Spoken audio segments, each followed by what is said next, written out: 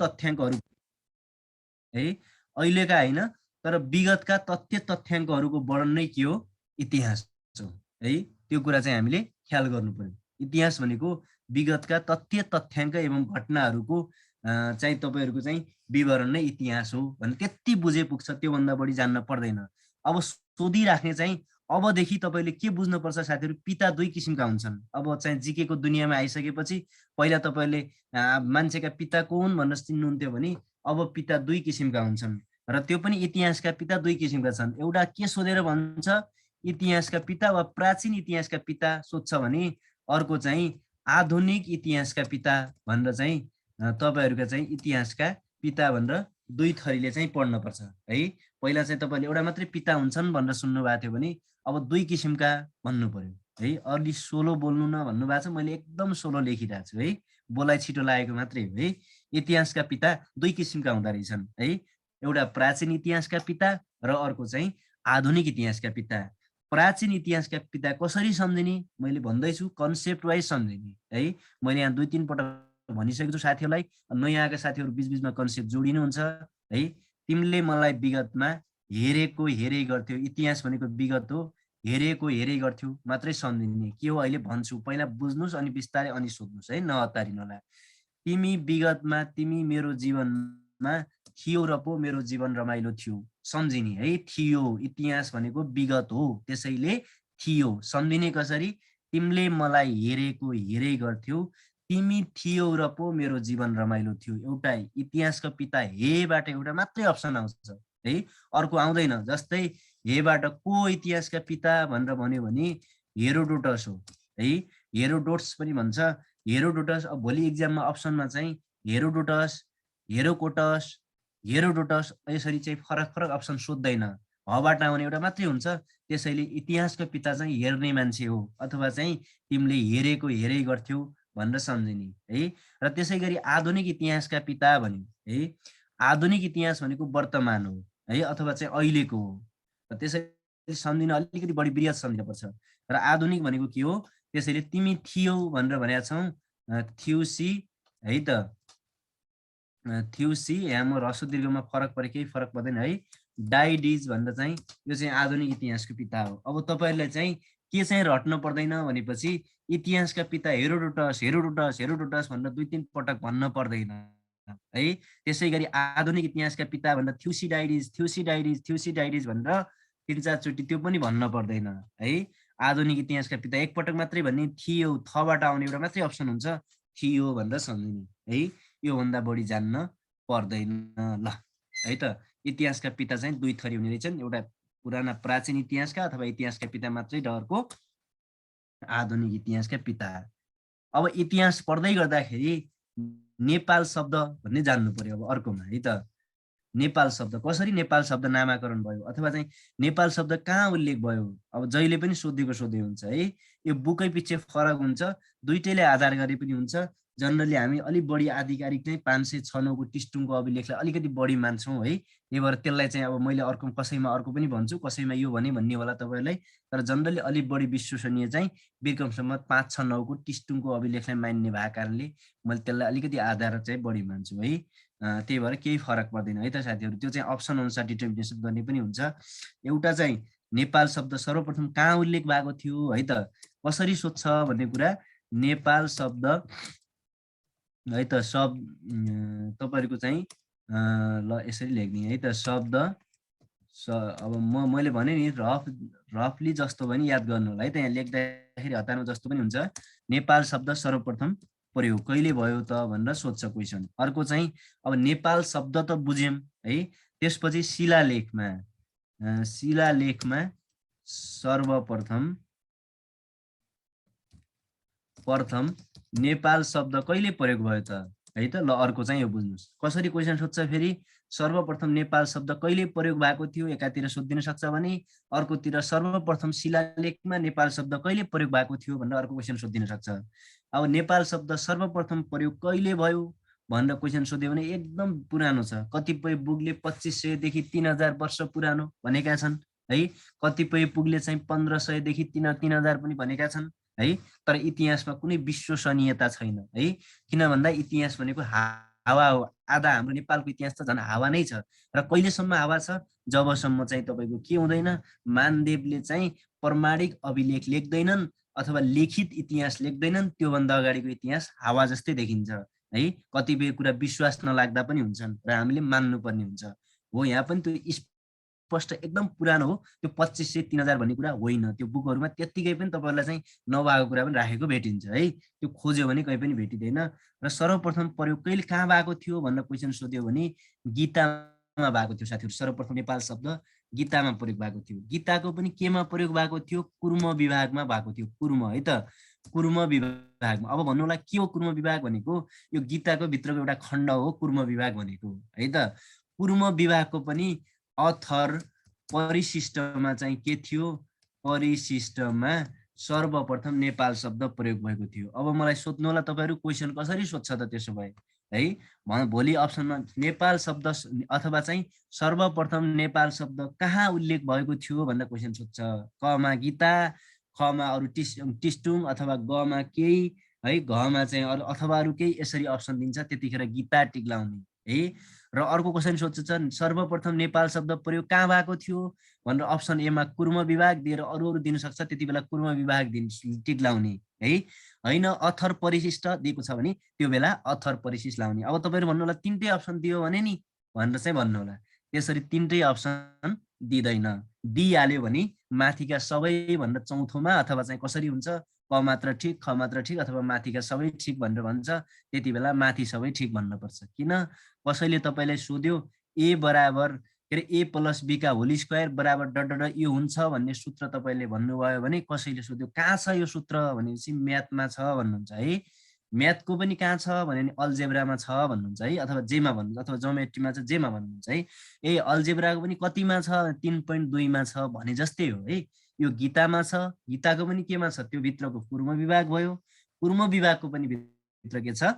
Author परिशिष्टमा सर्वप्रथम नेपाल शब्द चाहिँ उल्लेख भएको छ। अब भन्नु होला शिलालेखमा कहाँ भएको छ? हो, यो शिलालेखमा चाहिँ अलि विश्वसनीय मानिन्छ। किन मानिन्छ भनेपछि जनरली है तपाईँले चाहिँ 538 को राजा दामुपालको अभिलेखलाई चाहिँ पछि त्यही नै 596 को टिस्टुङको अभिलेख भएको छ।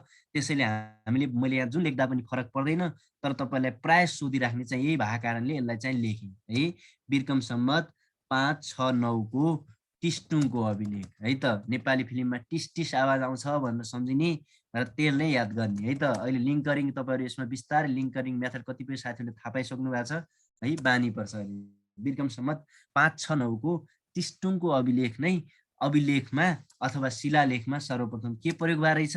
नेपाल शब्द प्रयोग भए रहेछ, जुन 538 को दामुपालको अभिलेख नै मोडिफाइड गएको थियो। र कतिपयले भन्दैलान् सर्वप्रथम नेपाल शब्द चाहिँ 1114 अथवा चाहिँ 1414 पनि भनेको भेटिन्छ है त। यो किन भन्दा एकदम पुरानो हो, मैले भने स्पष्ट डाटा भेटिँदैन। 1414मा चाहिँ राजा दामुपालको अभिलेख पनि भनिदिन्छन्, कतिपयले 538 नै भनिदिन्छन् है। त्यही 538 नै टिस्टुङको अभिलेख भएको र टिस्टुङको अभिलेख नामाकरण भएको बेला नेपाल शब्द देखिएकाले तपाईँले बढी विश्वसनीय बिर्कम सम्मत 569 को टिस्टुङको अभिलेखलाई चाहिँ जान्नु पर्यो है।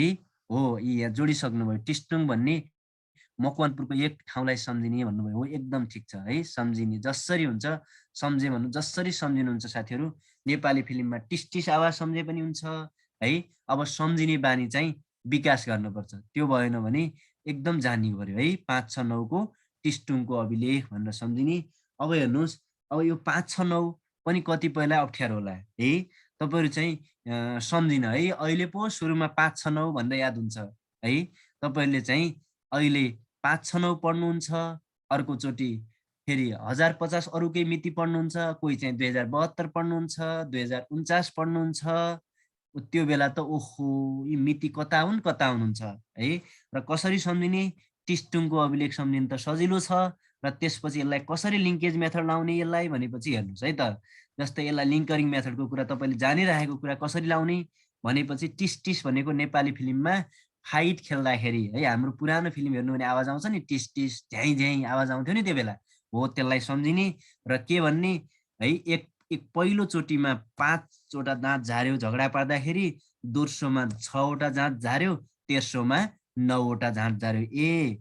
अथवा चाहिँ आफ्नो दुश्मनलाई सम्झिने, पहिलो पटक 5 वटा दाँत झार्छु, दोस्रो पटक 6 वटा दाँत झार्छु र तेस्रो पटक चाहिँ 9 वटा दाँत झार्छु भनेर यसरी 5 6 9 लाई चाहिँ जोड दिनु होला है त साथीहरु। यो चाहिँ ख्याल गर्नु होला दोस्रो। ल ल अब चाहिँ हो, अब शिलालेखमा कहिले, टिस्टुङको अभिलेखमा र चाहिँ नेपाल शब्दको प्रयोग कहिले, अब यो कुर्म विभागमा। यो कुरा चाहिँ तपाईहरुले सरस्वती याद गरिहाल्नुहुन्छ है त। अब यसपछि अर्को जाउँ, नेपाललाई कुन युगमा के भनिन्थ्यो है, कुन युगमा के भनिन्थ्यो भनेर चाहिँ याद गर्नु पर्यो है त। नेपाललाई कुन युगमा के भनिन्थ्यो भनेर मैले अघि नै भने त 538 को दामुपालको अभिलेख नै पछि 569 को अभिलेख भएको। धेरै बुकमा र नेपाल परिचयमा पनि 569 लेखेको कारणले 569 लाई अलि बढी विश्वास गर्नु होला। 569 अप्सन नदिएको बेला 538 पनि टिक्लाउनु होला भनेको है। त्यही भएर अस्ति मैले अस्ति पनि भनेको थिएँ कुरा।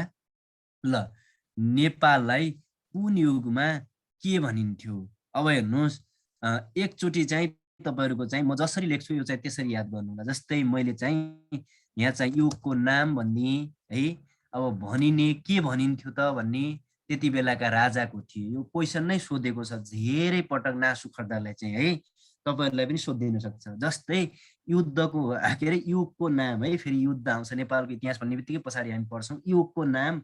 र सबैभन्दा चाहिँ पुरानो युग चाहिँ हामीलाई थाहा छ साथीहरु, सत्य युग हो। किन भन्दा त्यसमा झुक्किनु पर्ने कुनै कारण नै छैन। सबैभन्दा पुरानो युग नै सत्य युग हो। सम्झिने पनि सत्य भनेको छ नि त, सत्य युग हो भने दोस्रो चाहिँ ते भनेको चाहिँ त्रेता युग हो है। यी सत्य सम्झिने, दोस्रो भनेको त्रेता हो।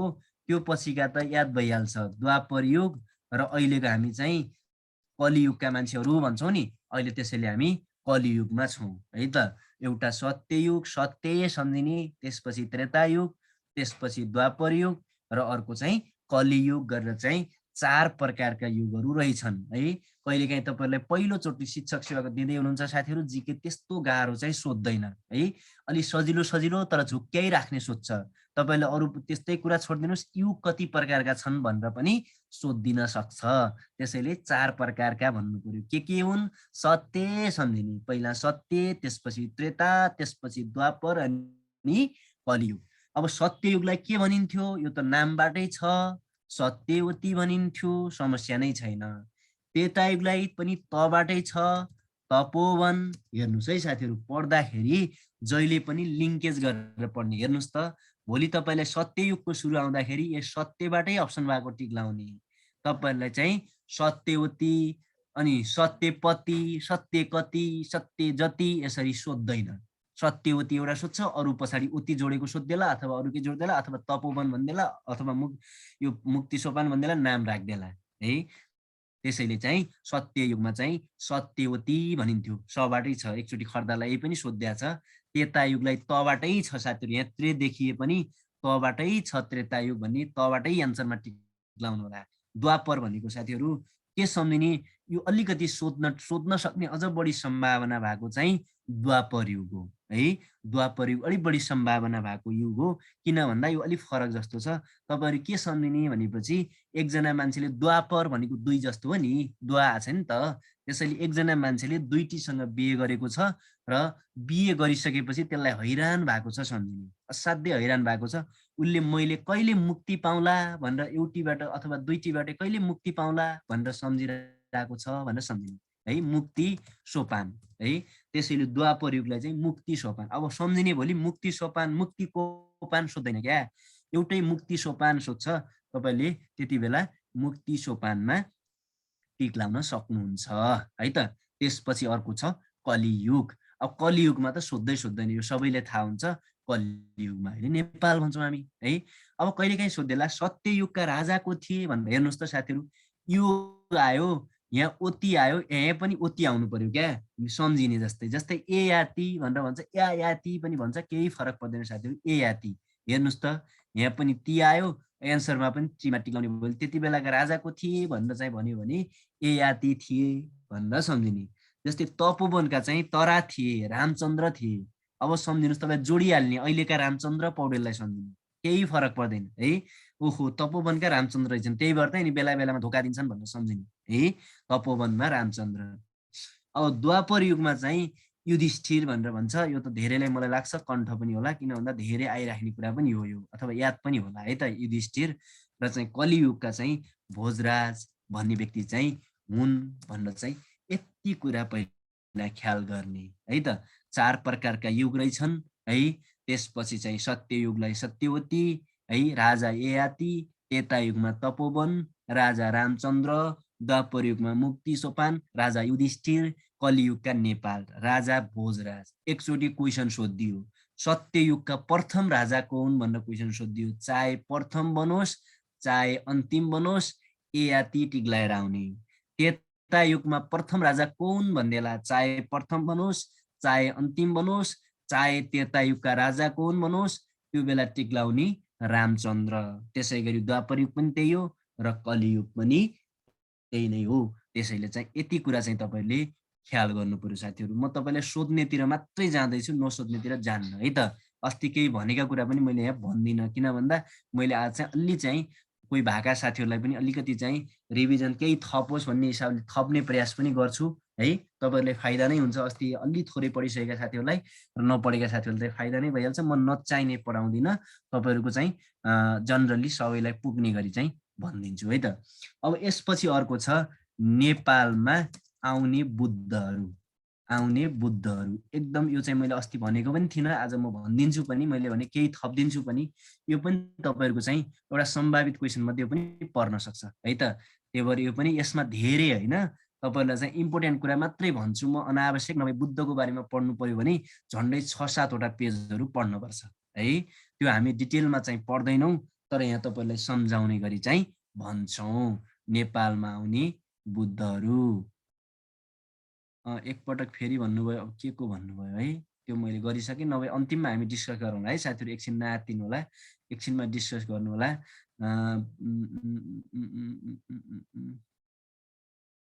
श्रीराम सर यो क्लास रेकर्ड भइरहेको हो?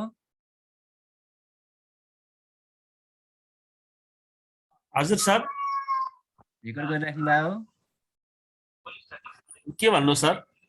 क्लास रेकर्ड गरिराख्नु भएको सर? यो कम्प्युटर रेकर्ड मात्रै छ सर यो। ए त्यही त, सकभर रेकर्ड नभए राम्रो हुन्थ्यो भनेको। ल ल है त साथीहरू। अब त्यसपछि नेपालमा आउने बुद्धहरू है, नेपालमा आउने हामीले बुद्धहरूको चाहिँ योभन्दा अगाडिको भन्नुभएको छ। ल योभन्दा अगाडिको मैले यहीँ चाहिँ तपाईँहरूको आउँछ होला है, सायद कन्ट्रोल जेड गरी आउँथ्यो, यहाँ त आएन है, मैले सेभको काटिहाल्ने क्या। ल हेर्नुहोस् है, मैले फेरि भने नआत्तिनुहोस्, म डिटेल भनिदिन्छु है, बिस्तारै पढ्ने हो, आत्तिएर पढ्ने है त। मैले के भने भनेपछि जस्तै 4 प्रकारका युग छन्। भोलि क्वेसन सोध्छ क्या, सत्ययुगमा पहिला के भनिन्थ्यो अथवा सत्ययुगलाई के भनिन्छ भनेर पनि सोधिन्छ क्या। त्यो बेला हामीले सत्यवती भनेर टिक्लाउनु पर्यो है। त्यति बेलाका राजा को थिए भनेपछि ययाति भनेर भन्नु पर्यो क्या। चाहे प्रथम राजा भन्नुहोस् चाहे अन्तिम राजा भन्नुहोस् चाहे राजा मात्रै भन्नुहोस्, जे भने पनि ययाति टिक्लाउने है। त्रेता युग पनि त्यस्तै हो। के भनिन्थ्यो त्रेता युगलाई भनेपछि तपोवन। एकदम सम्भावित क्वेसन हो, एकदम सजिलो हो यो। पहिला पहिला नासु खर्दालाई खुब सोध्थ्यो, अहिले चाहिँ तपाईँको चाहिँ नासु खर्दालाई चाहिँ सोध्ने सम्भावना चाहिँ कम छ। किन कम छ भनेपछि चाहिँ मैले भनिहालेँ नि, नासु खर्दालाई सोध्ने सम्भावना चाहिँ अब यो धेरै पटक सोधिसके भएर, तर तपाईँहरूलाई चाहिँ एकदम सम्भावित क्वेसन चाहिँ यही पनि हुनसक्छ है। यति नै भनिदिएको। ल अब हामी अगाडि बढौँ। अब हेर्नुहोस् है त, मैले नेपालमा आउने बुद्धहरू चाहिँ चाहिने कुरा मात्रै हामीले ख्याल गर्नुपर्छ भने, मैले अरू केही पनि होइन। क्वेसन सोध्छ भोलि नेपाल आउने प्रथम बुद्ध कुन भनेर चाहिँ क्वेसन सोध्छ है त। एउटा यहाँ सोध्ने क्वेसन मात्रै भन्छु म, अनाथरी चाहिँ नचाहिने चाहिँ अब ठिकै छ साथीहरू, यो अलिक पछि भनौँ है। अब ध्यान दिनु होला है पढ्दाखेरि। मैले एउटा कुरा चाहिँ मैले के चाहिँ म तपाईँलाई अनुरोध गर्छु भने चाहिँ 10 चोटि भए पनि भन्छु, तर यो अनलाइन क्लासमा कतिपयको हाम्रो पनि समस्या के हुन्छ भनेपछि है, पढिरहेको हुन्छौँ उति बेला खाना पनि खाइदिन्छौँ, उति बेला अर्को पनि गरिदिन्छौँ। मैले भने नि फिजिकल र अनलाइनमा समस्या यति हो, नभए अनलाइन धेरै सहज हो। तर एउटा समस्या चाहिँ के हो, एकातिर अर्को गरिरहेको हुन्छौँ, एकातिर अर्को गरिरहेको हुन्छौँ, माइन्ड नै हाम्रो डाइभर्ट हुन्छ। एकातिर फेसबुक चलाएर मेसेज गरेर, यो चाहिँ पटक्कै नगर्नु होला है साथीहरू। म भन्दैछु पढ्न आइसकेपछि पास हुने गरी पढ्ने हो है र कन्सेप्ट लिएर पढ्ने हो, बिस्तारै पढ्ने हो। तर त्यो चाहिँ 1-2 घण्टा नहुँदैमा केही हुँदैन साथीहरूलाई, त्यो चाहिँ मैले हट्टी रिक्वेस्ट गर्छु है, जोसुकै साथी भए पनि है त, त्यो चाहिँ ख्याल गर्नु ल। अब हेर्नुहोस् है, नेपाल आउने प्रथम बुद्ध एउटा क्वेसन यहाँबाट सोध्न सक्ने, म धेरै नचाहिने भन्दिनँ है, चाहिने चिज मात्रै भन्छु म तपाईँहरूलाई। जम्मा तपाईँहरूको मैले भने नि 5 प्रकारका बुकमा त मैले मेरो विचारमा धेरै बुकमा छैन, तर जनरली 5 प्रकारका बुद्धको बारेमा हामीले डिटेल पढ्नुपर्छ। त्यो नचाहिने तपाईँहरूलाई भन्दिनँ म, नासुमा भएको भए के अरे अफिसर नासुमा भए अझ अलिक बढी जोड दिनु पर्थ्यो। यहाँ त्यति दिन नचाहिनेमा चाहिँ हात हाल्नुहुन्न है। नेपाल आउने प्रथम बुद्ध, नेपाल आउने अन्तिम बुद्ध, बस। अनि त्यसपछि हेर्नुहोस् है, म तपाईँलाई जे चाहिने त्यति मात्रै याद गरिदिन्छु। र अर्को भनेको चाहिँ हेर्नुहोस् है, चोबारबाट पानी निकाल्ने भन्ने है, अरू बुझिहाल्नुहुन्छ, निकाल्ने बुद्ध, निकाल्ने बुद्ध, बस यति पढ्ने हो, योभन्दा धेरै चाहिँ चाहिँदैन है। अब के सम्झिने साथीहरू, नेपाल आउने प्रथम बुद्ध भनेको विपना हो भनेर सम्झिने मात्रै, विपना है, सपना त आउँदैन, प्रथम विपना नै आउँछ है भनेर सम्झिने। यो भनेको बिफसिबी बुद्ध भन्छ। अब यहाँ चाहिँ तपाईँहरूको चाहिँ आधा यस्तो स हो, मोटो स हुनु पर्थ्यो, मैले यस्तो लेख्ने है त, के फरक पर्दैन। जस्तै बिफसिबी बुद्ध भन्छ, तपाईँले के सम्झिने, ए बिपिन आउँदा, अथवा चाहिँ जस्तो सम्झिनुहोस् है। नेपाल आउने कहिले फिल्म हेर्नुहुन्छ भने मैले अस्ति पनि भनेको छु, लिङ्करिङ मेथडको सकारात्मक के नकारात्मक के र कसरी जानुपर्छ भन्ने कुरा मैले अस्ति पनि भनिदिएको छु तपाईँलाई है। म आज पनि भन्दैछु, लिङ्करिङ मेथड भनेको अलिक जोड दिनुपर्ने मेथड हो। यो फरक प्रकारको मेथड पनि हो र जोड्नुपर्छ। तपाईँले कसैले कतिपयले फिल्म हेर्नुहुन्छ भने विपिन कार्की आउँदै आएका रहेछन्, प्रथम बबाट एउटा मात्रै अप्सन हुन्छ। म भन्दैछु है, पढ्दाखेरि बबाट बिपसी नै याद गर्नुपर्छ भन्ने होइन, बबाट एउटा मात्रै अप्सन हुन्छ, विपिन कार्की भनेर सम्झिने होइन। कतिपयले चाहिँ तपाईँले चाहिँ केटीको नाम सम्झिँदा सजिलो हुन्छ, विपना सम्झिने है, जसरी सम्झिने हो है। मैले भने नि, कतिले विपरीत सम्झिने, नेपाल आउने प्रथम बुद्ध उल्टा रहेछन्, जसरी हुन्छ यो याद गर्ने गरी चाहिँ पुरै रटेर बिप्सी बिप्सी बिप्सी भनेर चाहिँ भन्न पर्दैन, किनकि हामीले टिक लाउने मात्रै हो। र अन्तिम बुद्ध कौन, हेर्नुहोस् त, नेपाल आउने अन्तिम बुद्ध चाहिँ यो एकदम धेरै पटक उता चाहिँ सोधेको क्वेसन हो, यहाँ पनि सोधिदिन सक्छ। यो नाम नै अचम्म छ है। नाम मैले भने नि, हेर्नुहोस् है, क्र कु है, अझ यो मैले यहाँ लेख्दाखेरि अलिक यसमा मैले नजानेर हो, यो चाहिँ अलिकति क्रक्रु हो, यो बुझ्नु होला है, क्रक्रु छन्द है। अब कसरी पढ्नुहुन्छ है, यिनी चाहिँ यी बुद्ध चाहिँ नेपाल आउने अन्तिम बुद्ध हुन्, क्रकु छन्द है। यो कुरा चाहिँ तपाईँले ख्याल गर्नु होला, केही सम्झिँदैन, यो अलि अप्ठ्यारो नाम छ, त्यो चाहिँ अन्तिम बुद्ध रहेछ, क्राक्रु रहेछ भनेर सम्झिनु न, क्र्याक्रु रहेछ, क्र्याक्रु क्र्याक्रु सम्झिनुहोस्, केही फरक पर्दैन है, सम्झिँदाखेरि सजिलो गरी सम्झिनु। चोबारबाट पानी निकाल्ने बुद्ध कौन भनेर सोध्छ, यिनी चाहिँ मञ्जुश्री, बोधित्व पनि भन्छ, अथवा मैले बुद्ध भनिदिएँ, बोधित्व भनेको तिनलाई बुद्ध पनि भनिन्थ्यो भनेर चाहिँ सम्झिनु होला। मञ्जुश्री बुद्ध चाहिँ चोबारबाट पानी निकालेर के गरेकी थिइन्, काठमाडौँ उपत्यकालाई बस्न योग्य बनाएकी थिइन् भनेर चाहिँ तपाईँहरूले ख्याल गर्नु पर्यो है। यो चाहिँ एकदम ख्याल गर्नु होला है। अब तपाईँहरूलाई यो मञ्जुश्री बोधित्वको बारेमा म एउटा कथा जस्तै भनिदिन्छु, ध्यान दिएर सुन्नु पर्ला, लेख्न चाहिँ पर्दैन है। तपाईँले चाहिँ लेख्न चाहिँ पर्दैन, तर चाहिँ तपाईँहरूलाई सम्झाउने गरी यिनी तिब्बतबाट आएकी थिइन् मञ्जुश्री बुद्ध चाहिँ, यो चाहिँ ख्याल गर्नु होला। म भनिदिन्छु, यो तपाईँले लेख्न पर्दैन, तर दिमागमा चाहिँ राखिराख्नु होला है, पछि नोटमा चाहिँ पाउनुहुन्छ, तर तपाईँले दिमागमा राख्नुभयो भने चाहिँ सजिलो चाहिँ याद गर्नुहोस् है।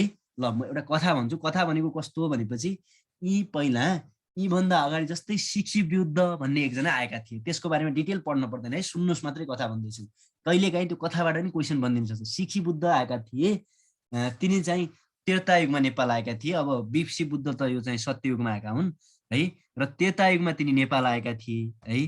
तपाईँले थाहा पाउनु पर्यो कुन भनेपछि योभन्दा अगाडिका चाहिँ बुद्ध है। त्योभन्दा पछाडि सिखीपति विवंशु बुद्ध भन्ने आए, तिनीहरूको त्यति ठुलो योगदान रहेन है। जब चाहिँ तपाईँको चाहिँ यी त्रेता युगमा चाहिँ है, यिनी चाहिँ मञ्जुश्री चाहिँ तिब्बतबाट नेपाल आइन्। अब यहाँभन्दा पछाडि ख्याल गर्नु है। र तिब्बतबाट नेपाल आइन् र चाहिँ यिनी आएर के गरिन् भनेपछि स्वयम्भूको दर्शन गरिन् रे। पहिला कुरा सुन्नुहोस् है, स्वयम्भूको दर्शन गरिन् यिनले, त्यहाँको दर्शन पाएपछि भनेर भनेको पाइन्छ, अथवा दर्शन गरिन् तिनले है। र उनले के गरिन् भनेपछि चाहिँ, ओहो यहाँ यसो हेरेपछि चाहिँ कतिपयले के लाग्यो भनेपछि, ओहो त्यो पानी त नागदह थियो पहिला, म अहिले कथा भनौँला पछि, ओहो नागदह पानी चाहिँ बढी देखेर चाहिँ उनले त्यहाँबाट पानी निकाल्ने विचार गरिन् है। र त्यसपछि चोभारको डाँडाबाट चाहिँ कटुवाल नामक स्थानबाट चाहिँ पानी निकालिन् है। कतिपयले चाहिँ तपाईँले कटुवाल नामक स्थानबाट चाहिँ तपाईँले चाहिँ स्वयम्भूदेखि गुह्येश्वरीसम्म चाहिँ एकदम चाहिँ पानी निकालेर चाहिँ एउटा कुलो बनाएर नै पानी निकालिन् भनेर भन्छ। म यहाँ जान्नुपर्ने कुरा अहिले भन्छु है, पहिला कथा मात्रै सुन्नुहोस्। र त्यसपछि उनले धर्माकर नामक व्यक्तिलाई चाहिँ काठमाडौँ उपत्यका वा उति बेलाको नेपालको प्रथम राजा बनाइन् है। हो, र तिनैको नामबाट चाहिँ मञ्जुश्री फर्किसकेपछि तिनका चेलाहरूले उक्त ठाउँको नाम मञ्जुपतन राखे। यो एउटा कथा जस्तै हो, तपाईँले कहिलेकाहीँ सम्झिन सजिलो, तर याद के गर्ने हेर्नुहोस् है। तपाईँलाई चाहिँ याद गर्नुपर्ने कुरा मात्रै भन्छु है, म अनावश्यक भन्दिनँ। म काठमाडौँ उपत्यकाका प्रथम राजा कौन भनेर क्वेसन सोध्यो भने अब तपाईँले लेख्न सक्नुपर्छ साथीहरू, धर्म गर्ने मान्छे नै प्रथम हुन्छ है त, धर्माकर है। यिनी उति बेलाका नेपालका प्रथम राजा पनि हुन्छन्, तर नेपालका प्रथम राजा भने चाहिँ कसलाई टिक लाउने भन्ने कुरा, भुक्तमानलाई लाउने वा यिनलाई लाउने भन्ने कुरा छँदैछ, त्यो पछि कुरा गरौँला। तर काठमाडौँ आउने के अरे काठमाडौँ उपत्यकाका प्रथम राजा भनेर क्वेसन सोध्यो भने धर्माकर, धर्म लाउने मान्छे नै पहिलो हुन्छ है भनेर चाहिँ तपाईँले सम्झिनु भयो भने सजिलो हुन्छ है। जान्नुपर्ने कुरा मात्रै म भन्दैछु, अरू हुँदैन है। यिनले चाहिँ अब कुन मञ्जुश्रीले है त, मञ्जुश्रीले पानी निकालेको स्थान अब कहाँ निकालिन्, के निकालिन्, चोभार डाँडाबाट आइसकेको छ भनेपछि कटुवाल नामक स्थानबाट भनेर चाहिँ यति कुरा चाहिँ तपाईँहरूले ख्याल गर्नुपर्ने हुन्छ है। यति जान्नुपर्ने हो, अरू कथा मात्रै हो है। तपाईँले चाहिँ नेपाल आउने बुद्धहरूको बारेमा पनि सरस्वती जान्नुभयो ल है। अनावश्यक अरू चाहिँ नजान्ने, चाहिने चिज मात्रै जान्ने। अब यसपछि बल्ल जानियो, अब बल्ल नेपालको इतिहासको डिटेल आयौँ हामी है त। अब डिटेल आयौँ है त साथीहरू, नातिनुहोस् है, केही थप हुन्छ पुराना हेरिसकेको साथीहरूलाई केही थप भइहाल्छ है।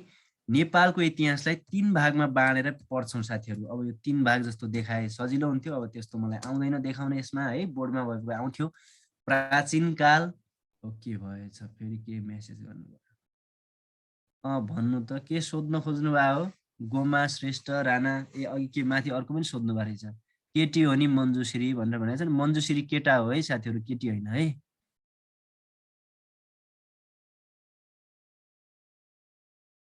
अब त्यति बेला कहाँ हेर्नुहुन्छ, म लामो समयसँग राखेको हुन्छु है। अब के भन्ने त, ल यही हो, स्क्रिनसट हान्नुहोस् त छिट्टो।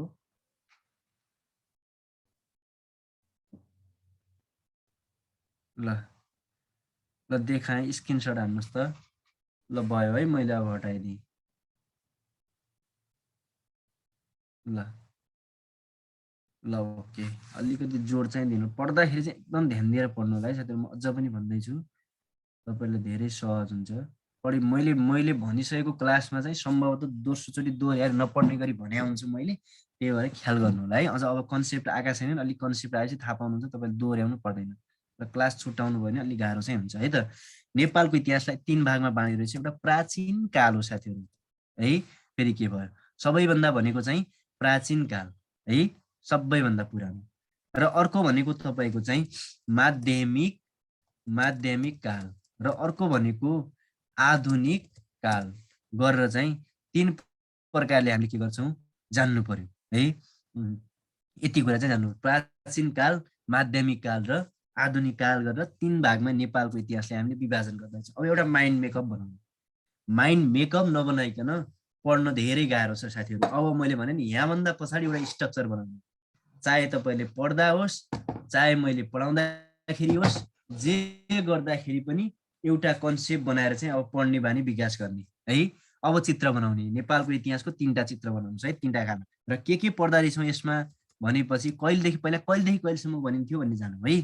यसलाई चाहिँ बिर्कम सम्मत है त, बिर्कम सम्मत 935 वा 936 को सुरुवाती भनेका कारणले 936 सम्म भनिदिए है। 35 को अन्तिमसम्म भन्दा पनि हुन्छ, 35 सम्म भन्दा नि फरक चाहिँ पर्दैन, माइनर कुरा हो। प्राचीन काल भनेको बिर्कम सम्मत 936 सम्मको अवधिलाई, कहिलेदेखि, जहिलेदेखि ढुङ्गे युगको चाहिँ जान्नु पर्यो। जहिलेदेखि चाहिँ ढुङ्गे युगको सुरुवात भयो त्यहिलेबाट चाहिँ 936 सम्मको अवधिलाई चाहिँ याद गर्नु पर्यो है। अब तपाईँहरू भन्नु होला माध्यमिक काललाई मध्यकाल पनि भन्छ भन्नु होला, त्यो फरक कुरा, त्यो त सामान्य कुरा भइगयो नि, त्यसमा के उ गर्नुहुन्छ है। ल मध्यकाल पनि भनिन्छ है त, ल समस्या भएन। विक्रम सम्वत 936 सम्मको अवधिलाई चाहिँ तपाईँहरूको चाहिँ मध्यकाल भनेर भन्ने रहेछ, के अरे सरी हाम्रो प्राचीन काल भनेर भन्ने रहेछ, सरी है त। कहिलेबाट जहिलेसम्म, जहिलेबाट ढुङ्गे युग अथवा चाहिँ केही कुरा थाहा हुने भयो, अब त्यही त भन्नु पर्यो, त्योभन्दा अरू विकल्प छैन, लिखित होइन है। अब 936 देखि अब हेर्नुहोस् है, तपाईँहरूको विक्रम सम्वत 1825 सम्मको अवधिलाई चाहिँ तपाईँहरूको चाहिँ माध्यमिक वा मध्यकाल भनेर भन्छौँ। कहिलेदेखि कहिले? विक्रम सम्वत 936 देखि विक्रम सम्वत 1825 सम्मको अवधिलाई माध्यमिक वा मध्यकाल भनेर भन्दा रहेछौँ है। अब अर्को कुरा तपाईँले यसमा जान्नै पर्ने, कहिलेकाहीँ एकचोटि लोकसेवामा क्वेसन सोधिदियो है, विक्रम सम्वत 936 देखि 1826 सम्मको अवधिलाई के भन्छ भनेर क्वेसन सोधिदियो र त्यति बेला तपाईँले 1826 सम्म पनि टिक्लाउनु पर्ने हुन्छ। किन भनेपछि अहिले एकछिनपछि थाहा पाउनुहुन्छ है त। अर्को अब के हुने भयो, सुरु त त्यहीबाट हुने भयो, त्यो त मैले भन्न पर्दैन अब है। विक्रम सम्वत 936 देखि हालसम्मको अवधिलाई चाहिँ आधुनिक काल गरेर 3 भागमा विभाजन गर्छौँ है त। अब भोलि कहिलेकाहीँ कसरी पनि सोधिन्छ भनेपछि राजा राघवदेवको है पालामा, ख्याल गर्नुहोस् है, शङ्खधर पनि भन्छ खर पनि भन्छ, केही फरक पर्दैन है साथीहरू। शङ्खधर शाक्यले नेपाल सम्वत चलाएसम्मको अवधि, हेर्नुहोस् त, शङ्खधर शाक्यले, हेर्नुहोस् है, ए मैले कति लेखेँ, 1925 लेखेँ त, 1825 त लेखेको छु त। ए यहाँ यो त बुझ्नु न, यसले फरक पर्दैन क्या है। यहाँ त मैले भने होला 1825 लेखेँ, यो फरक पर्दैन है, यो त तपाईँले आफै पनि बुझिहाल्नुहुन्छ है। यहाँ 1825 नै हो, यो त सम्भावनै भएन नि है। ल यसमा फरक पर्दैन है, यो चाहिँ बुझ्नु होला। कहिलेकाहीँ भन्दा भन्दै एउटा भन्ने हुन्छ, अर्को लेख्या हुन्छ क्या है, यसमा चाहिँ ख्याल गर्नु होला। केही छैन, विक्रम सम्वत 1825 देखि हाल, किन 936बाट यहाँ 1825 सम्म आयो भने यहाँ त 1825बाटै हुने भयो है, यसमा कुनै ठुलो कुरा भएन। अब हेर्नुहोस्, यहाँ पनि राजा राघवदेवको पालामा शङ्खधर शाक्यले नेपाल सम्वत चलाएसम्मको अवधिलाई के भन्दो रहेछ भने प्राचीन काल। भोलि कहिलेकाहीँ यसरी पनि क्वेसन सोध्छ है। कसरी सोध्छ मैले भन्न खोजेको, जस्तै शङ्खधर शाक्यले नेपाल सम्वत चलाएसम्मको अवधिलाई के भनिन्छ भनेर क्वेसन सोध्यो भने तपाईँले भन्नु पर्यो त्यसलाई प्राचीन काल भनिन्छ भनेर भन्नु पर्यो। अर्को क्वेसन कसरी सोध्देला भनेपछि कसको पालामा सर्वप्रथम नेपाल सम्वत चलेको थियो भने राजा राघवदेवको पालामा, कहिले चलेको थियो नेपाल सम्वत, यही 936 मा है त। यति कुरा चाहिँ ख्याल गर्नु पर्यो है।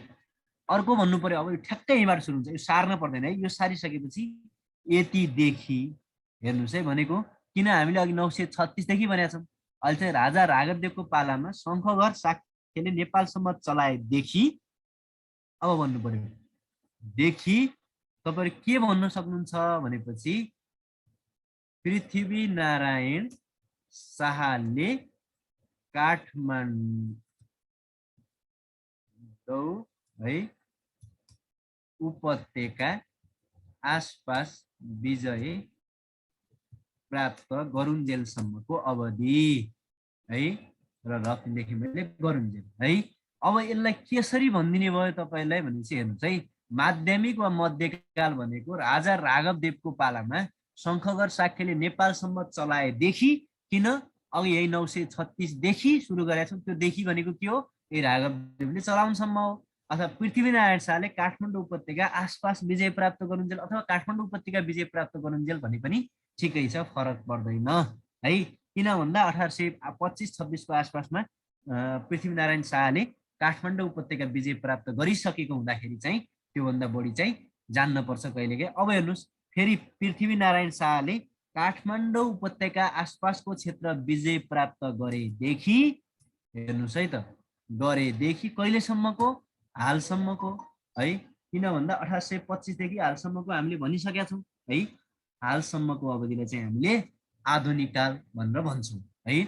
अब कहिलेकाहीँ है कहिलेकाहीँ तपाईँलाई क्वेसन के पनि सोधिदिन्छ भनेपछि यो हेर्नुहोस् है, राजा राघव देवले चाहिँ, अथवा यो प्राचीनको कालको कुरा गरौँ है। मैले यहाँ प्राचीन काल, अरू चाहिँ मैले यसलाई सानो बनाइदिएँ, केही फरक पर्दैन है।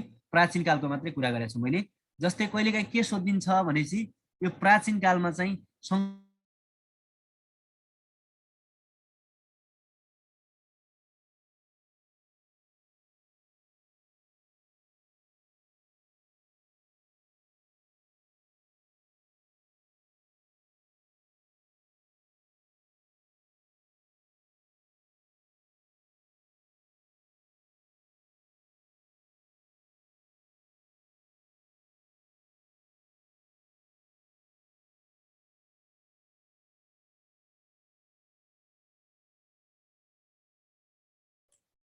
प्रेम सर हजुरको आवाज आएको छैन सर।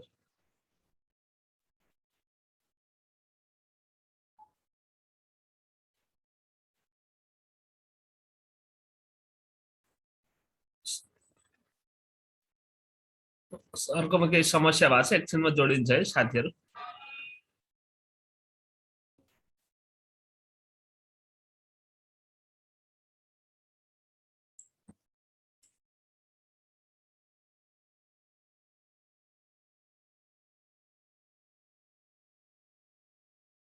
इन्द्रजी,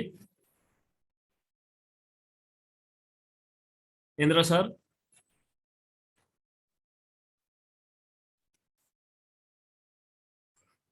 इन्द्रजी,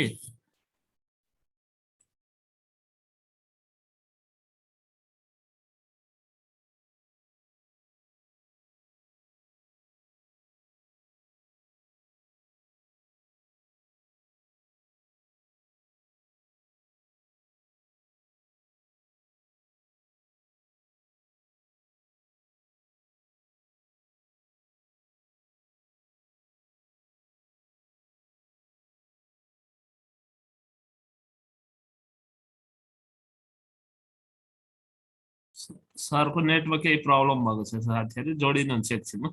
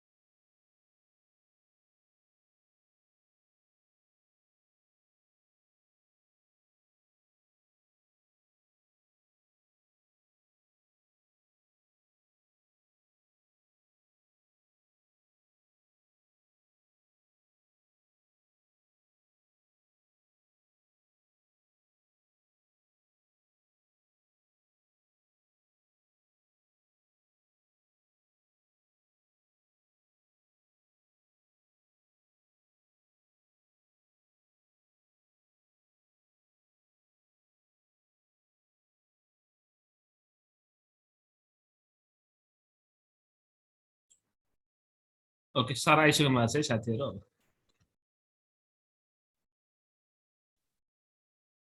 ल है त साथीहरू, एकछिन मैले डिस्टर्ब गरेँ, बत्तीले धोका दियो, एकै मिनट नआत्तिनु होला। ल है, मैले सुरु गरिहालेँ। पहिला स्क्रिन सेयर चाहिँ गरिहालौँ है त।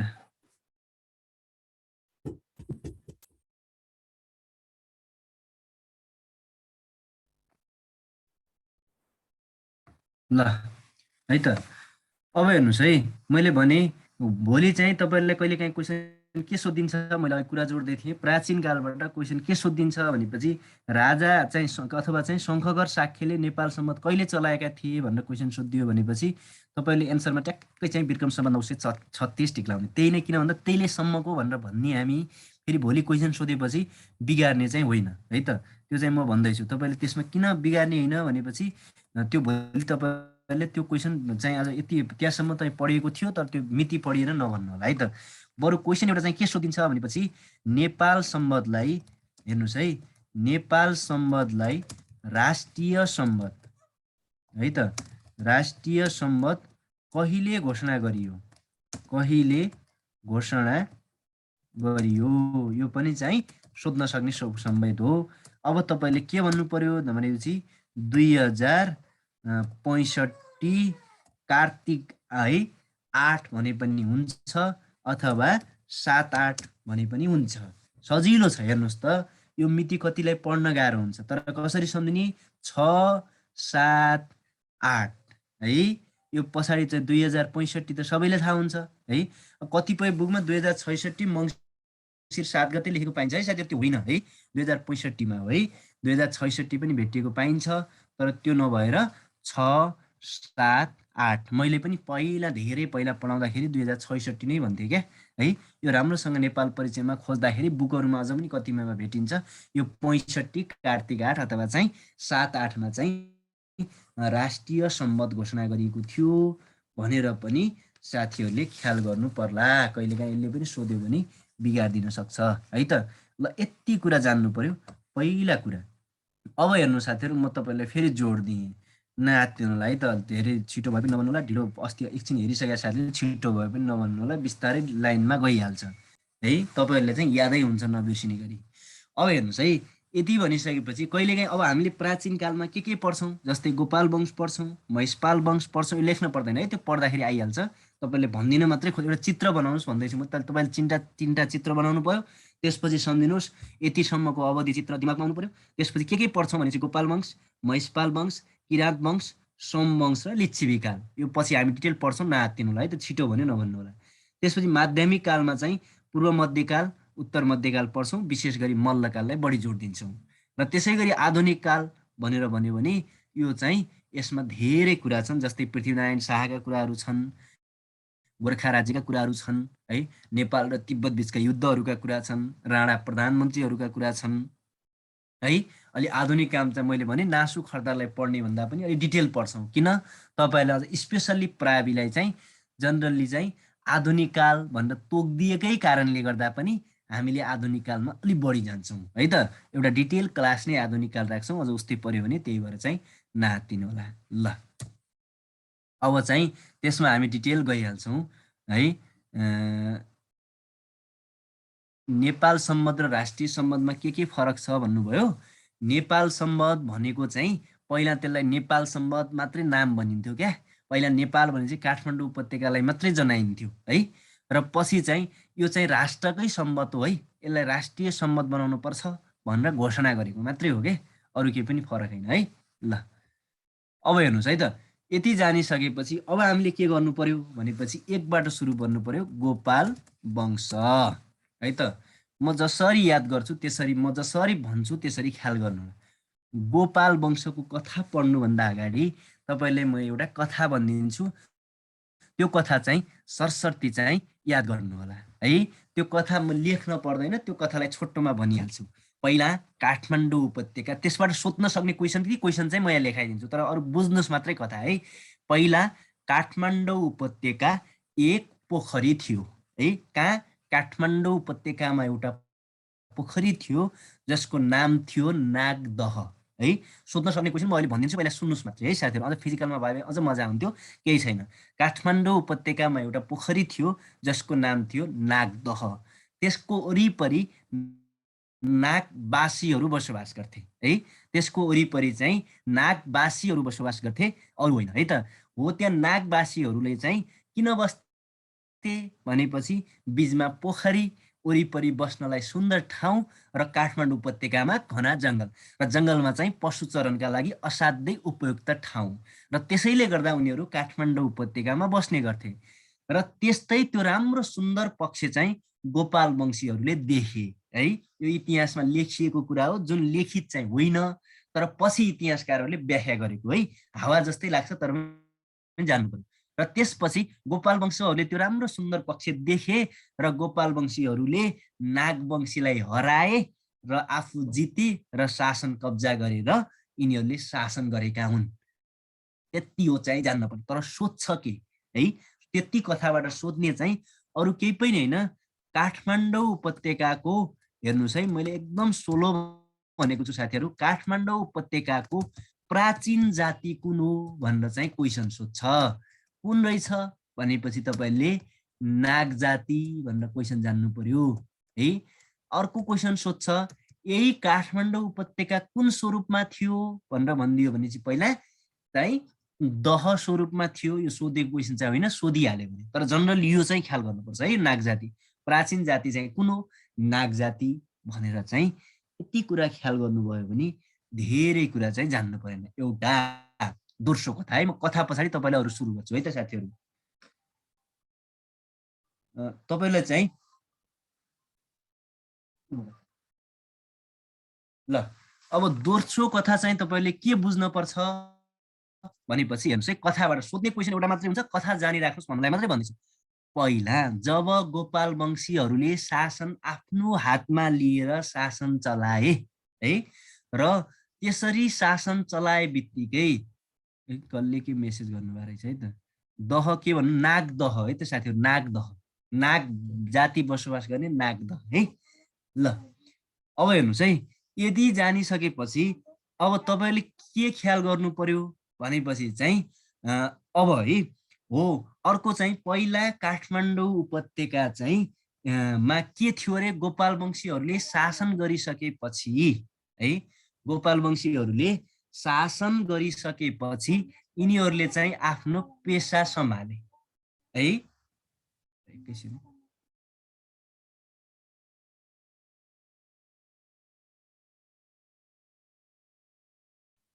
ल है त साथीहरू, चाहिँ के बुझ्नु पर्यो भनेपछि अब सुन्नुहोस् है, म फेरि तपाईँहरूले फेरि अर्को कथा म दोहोऱ्याउँदै थिएँ। जस्तै काठमाडौँ उपत्यकामा गोपाल वंशी बसिसकेपछि अथवा आफ्नो शासन कब्जा गरिसकेपछि है के भयो त यहाँ भनेपछि यिनीहरूले गाई पाल्न थाले, र गाई पाल्न थालिसकेपछि चाहिँ एउटा यिनीहरूको जीवनमा एउटा अनौठो घटना भयो। सधैँ दुध दिइरहने गाईले एकपटक दुध दिएन है, किन दिएको रहेनछ अथवा किन दिएन भनेर खोज तलास गर्दै जाँदाखेरि त्यो गाईले सधैँ चर्न गएको बेला बागमती अथवा अहिलेको बागमती नदीको किनारामा दुध दिने रहेछ। त्यहाँ के रहेछ भनेर मान्छेले खनेर हेर्दाखेरि त्यहाँ पशुपतिको ज्योतिलिङ्ग भएछ है। र हो त्यही पशुपतिको ज्योतिलिङ्ग है, यो कहिलेकाहीँ तपाईँले ख्याल गर्नु पनि पर्ने हुन्छ। हो यही पशुपतिको ज्योतिलिङ्गबाट तपाईँहरू के भयो अरे, पशुपति मन्दिर बनाइयो भन्ने एउटा कथा छ, जुन अचम्मको कथा छ। यो कथाबाट सोध्न सक्ने चाहिँ क्वेसन एउटा मात्रै हो। के क्वेसन हो भनेपछि तपाईँहरूलाई अरू केही जान्नु पर्दैन, चाहिँ उक्त गाईको नाम के थियो भनेर सोध्छ, एकपटक सोधेको छ। यो त्यसरी दुध दिने गाईको नाम हेर्नुहोस् है, यो नाम अनुसार फरक छ। जस्तै बहुही भन्छ जनरली है, अझ यसलाई यसरी पनि लेखिदिन्छ है, यसरी चाहिँ यी बहुही भनेर चाहिँ बहुमियो भनेर भन्छन् धेरैले, तर बहुही भनेर चाहिँ तपाईँहरूले ख्याल गर्नु पर्यो। यो गाईको नाम जुन त्यसरी दुध के भन्ने, यसको नाम कसरी लेख्ने तपाईँले कपीमा, दुध दिने गाईको नाम भनेर लेख्ने है। दुध दिने गाईको नाम के रहेछ, बहुही रहेछ। अब के सम्झिनुहोस्, बुहारी सम्झिने, तपाईँहरूले बुझ्नुभयो नि, याद नभए साथीले बुहारीले दुध दिने रहेछन् भनेर सम्झिने है। सम्झिनलाई हाम्रो के जान्छ र, मेरो क्लासमा मैले भने अलि नेगेटिभ शब्द बढी आउँछन्, किन आउँछन् सम्झिनलाई है। त्यसैले चाहिँ कसले दुध दिने रहेछ भनेर भन्यो भने बुहारीले दुध दिने रहेछ भनेर चाहिँ याद गर्नु पर्यो है। दुध दिने चाहिँ बुहारी रहेछन् है। ल यति चाहिँ यो दुध दिने गाईको नाम कहिलेकाहीँ सोधिहाल्यो भने त्यति कुरा जान्नु पर्यो। ल अब जाउँ है, मैले यो त बुझाएँ मात्रै। ल अब गोपाल वंश भनेको गोपाल भनेको गाई पाल छ है त। गाई पाल भनेको यिनीहरू चाहिँ गाई पाल्ने समुदाय हुन् है। के पाल्ने समुदाय रहेछन्, गाई पाल्ने। किन गोपाल, गाई भनेको माता हो, त्यसैले शासनको केन्द्र चाहिँ माता तीर्थ हो है। के रहेछ, शासनको केन्द्र माता तीर्थ। किनभने मैले माता तीर्थ, गाई भनेको के हो रे, माता हो, सम्झिने चाहिँ त्यसरी। तर मैले माता तीर्थ तपाईँहरूलाई चाहिँ हुन पनि शासन केन्द्र माता तीर्थ नै हो, तपाईँले सम्झिनलाई गाई भनेको माता हो भनेर सम्झिनु है। र एकजना मान्छे सधैँ गाई हेर्न जाँदो रहेछ है, किन भन्दा गाईको कुरा आयो, र त्यो गाईले भनेको त्यो बच्चाले कहिले पनि नमान्ने है। र किन मानेन भनेर बुझ्दै गर्दाखेरि त्यो गाईले चाहिँ त्यसले डटपिनको निपले हान्दो रहेछ है, त्यही भएर नमान्ने रहेछ। सम्झिनलाई यत्रो कथा भने केही पनि होइन, यिनीहरूको वंश थियो नि गोपाल वंशको चाहिँ वंश। अब तपाईहरु भन्नुलाई गोपाल त वंशै गोपाल होइन, यिनी गोपालहरू भएको कारणले गोपाल वंश भनेको, तर यिनीहरूको वास्तविक वंश चाहिँ निप हो। अब क्वेसन सोधिन्छ भोलि गोपाल वंशमा निप वा निरप पनि भनिन्छ है। यो वंशलाई फेरि कहिलेकाहीँ नजुक्किने होला, यसलाई चाहिँ निरप भनेर पनि तपाईलाई क्वेसन सोध्यो भने पनि नजुक्किनु चाहिँ होला है। यसरी निरप पनि भनिन्छ। निरप भन्नाले चाहिँ अहिले चाहिँ त्यति बेलाको समयमा, सरी है, त्यति बेलाको समयमा राजा पनि भनिन्थ्यो। एकचोटि नासुलाई क्वेसन सोधेको छ, गोपाल वंशमा निरप भन्ने शब्दले के जनाइन्थ्यो भनेर अप्सनमा राजा, मन्त्री अरू दिएको थियो। त्यो बेला राजा टिक्लाउनु पर्यो है त। निरपले के पनि जनाउने रहेछ, राजा पनि जनाउने रहेछ। ल, वंश यिनीहरूको निप रहेछ। त्यसो भए अब राजा को थियो त है त, यिनीहरूको राजाको कुरा पनि गर्नु पर्यो है। राजा दुईटा हुन्छन्। अब त राजा कि प्रथम हुन्छन् अन्तिम हुन्छन्, अब सबै राजा परे त सम्भव हुँदैन है। र प्रथम राजा चाहिँ भुक्तमान, धेरै भुक्ने मान्छे पहिला नै हुन्छ साथीहरु। अहिले म भुकिरहेको छु अगाडि बसेर, म पहिला नै छु तपाईहरुभन्दा, अथवा क्लासमा भएको भए प्रत्यक्ष पहिला देख्नुहुन्थ्यो है। र भुक्तमान र अन्तिम भनेका यक्षगुप्त हो है। सम्झिने के अन्तिम पढ्दैछौँ, गोपाल वंशका चाहिँ गोपालले चाहिँ कच्छा लगाएको रहेछ भनेर सम्झिने यक्षगुप्त। अथवा चाहिँ हामी नुहाउँदै गर्दाखेरि हाम्रो शरीरमा अन्तिम पढ्दैछौँ, अन्तिममा रहने भनेको कच्छा हो। सम्झिनलाई है म भन्दैछु, क्लासमा केही नेगेटिभ कुरा हुन्छन् तपाईले सम्झाउनलाई भनेको, अनावश्यकताका लागि होइन है। यक्षगुप्त भनेर भन्न पर्यो। र त्यो यक्षगुप्त भन्नाले चाहिँ तपाईले के बुझ्नु पर्यो भनेपछि चाहिँ अन्तिममा कच्छा रहन्छ, त्यसैले यक्ष भनेर पढ्नु न, के बिग्रिन्छ, यक्षगुप्त है। यक्षगुप्तलाई कहिलेकाहीँ हामीले चाहिँ जिनगुप्त पनि भनेको पाइन्छ है त। जिनगुप्त पनि भनेको पाइन्छ। अब तपाईलाई चाहिँ भोलि सोध्देला गोपाल वंशका अन्तिम राजा कुन भनेर अप्सनमा चाहिँ जिनगुप्त सोध्देला, र त्यति बेला जिनगुप्त टिक्लाउनु पर्यो क्या है। यक्षगुप्त नदिएर त्यो पनि सोधिदिन सक्छ। यो पहिलो राजा र अन्तिम राजाको प्रसङ्ग पनि तपाईले चाहिँ ख्याल गर्नु पर्यो। पहिलो राजा भुक्तमान रहेछन्, अन्तिम राजा चाहिँ जिनगुप्त वा यक्षगुप्त रहेछन्। अब हेर्नुहोस्, दुईटा कुरा भेटाउनुहुन्छ। 8 जना राजाहरूले 521 वर्ष शासन गरेका थिए भनेर चाहिँ एउटामा भेट्नुहुन्छ है। अर्कोमा भेट्नुहुन्छ 8 जना राजाहरूले 505 वर्ष शासन गरेका थिए भनेर चाहिँ अर्को भेट्नुहुन्छ।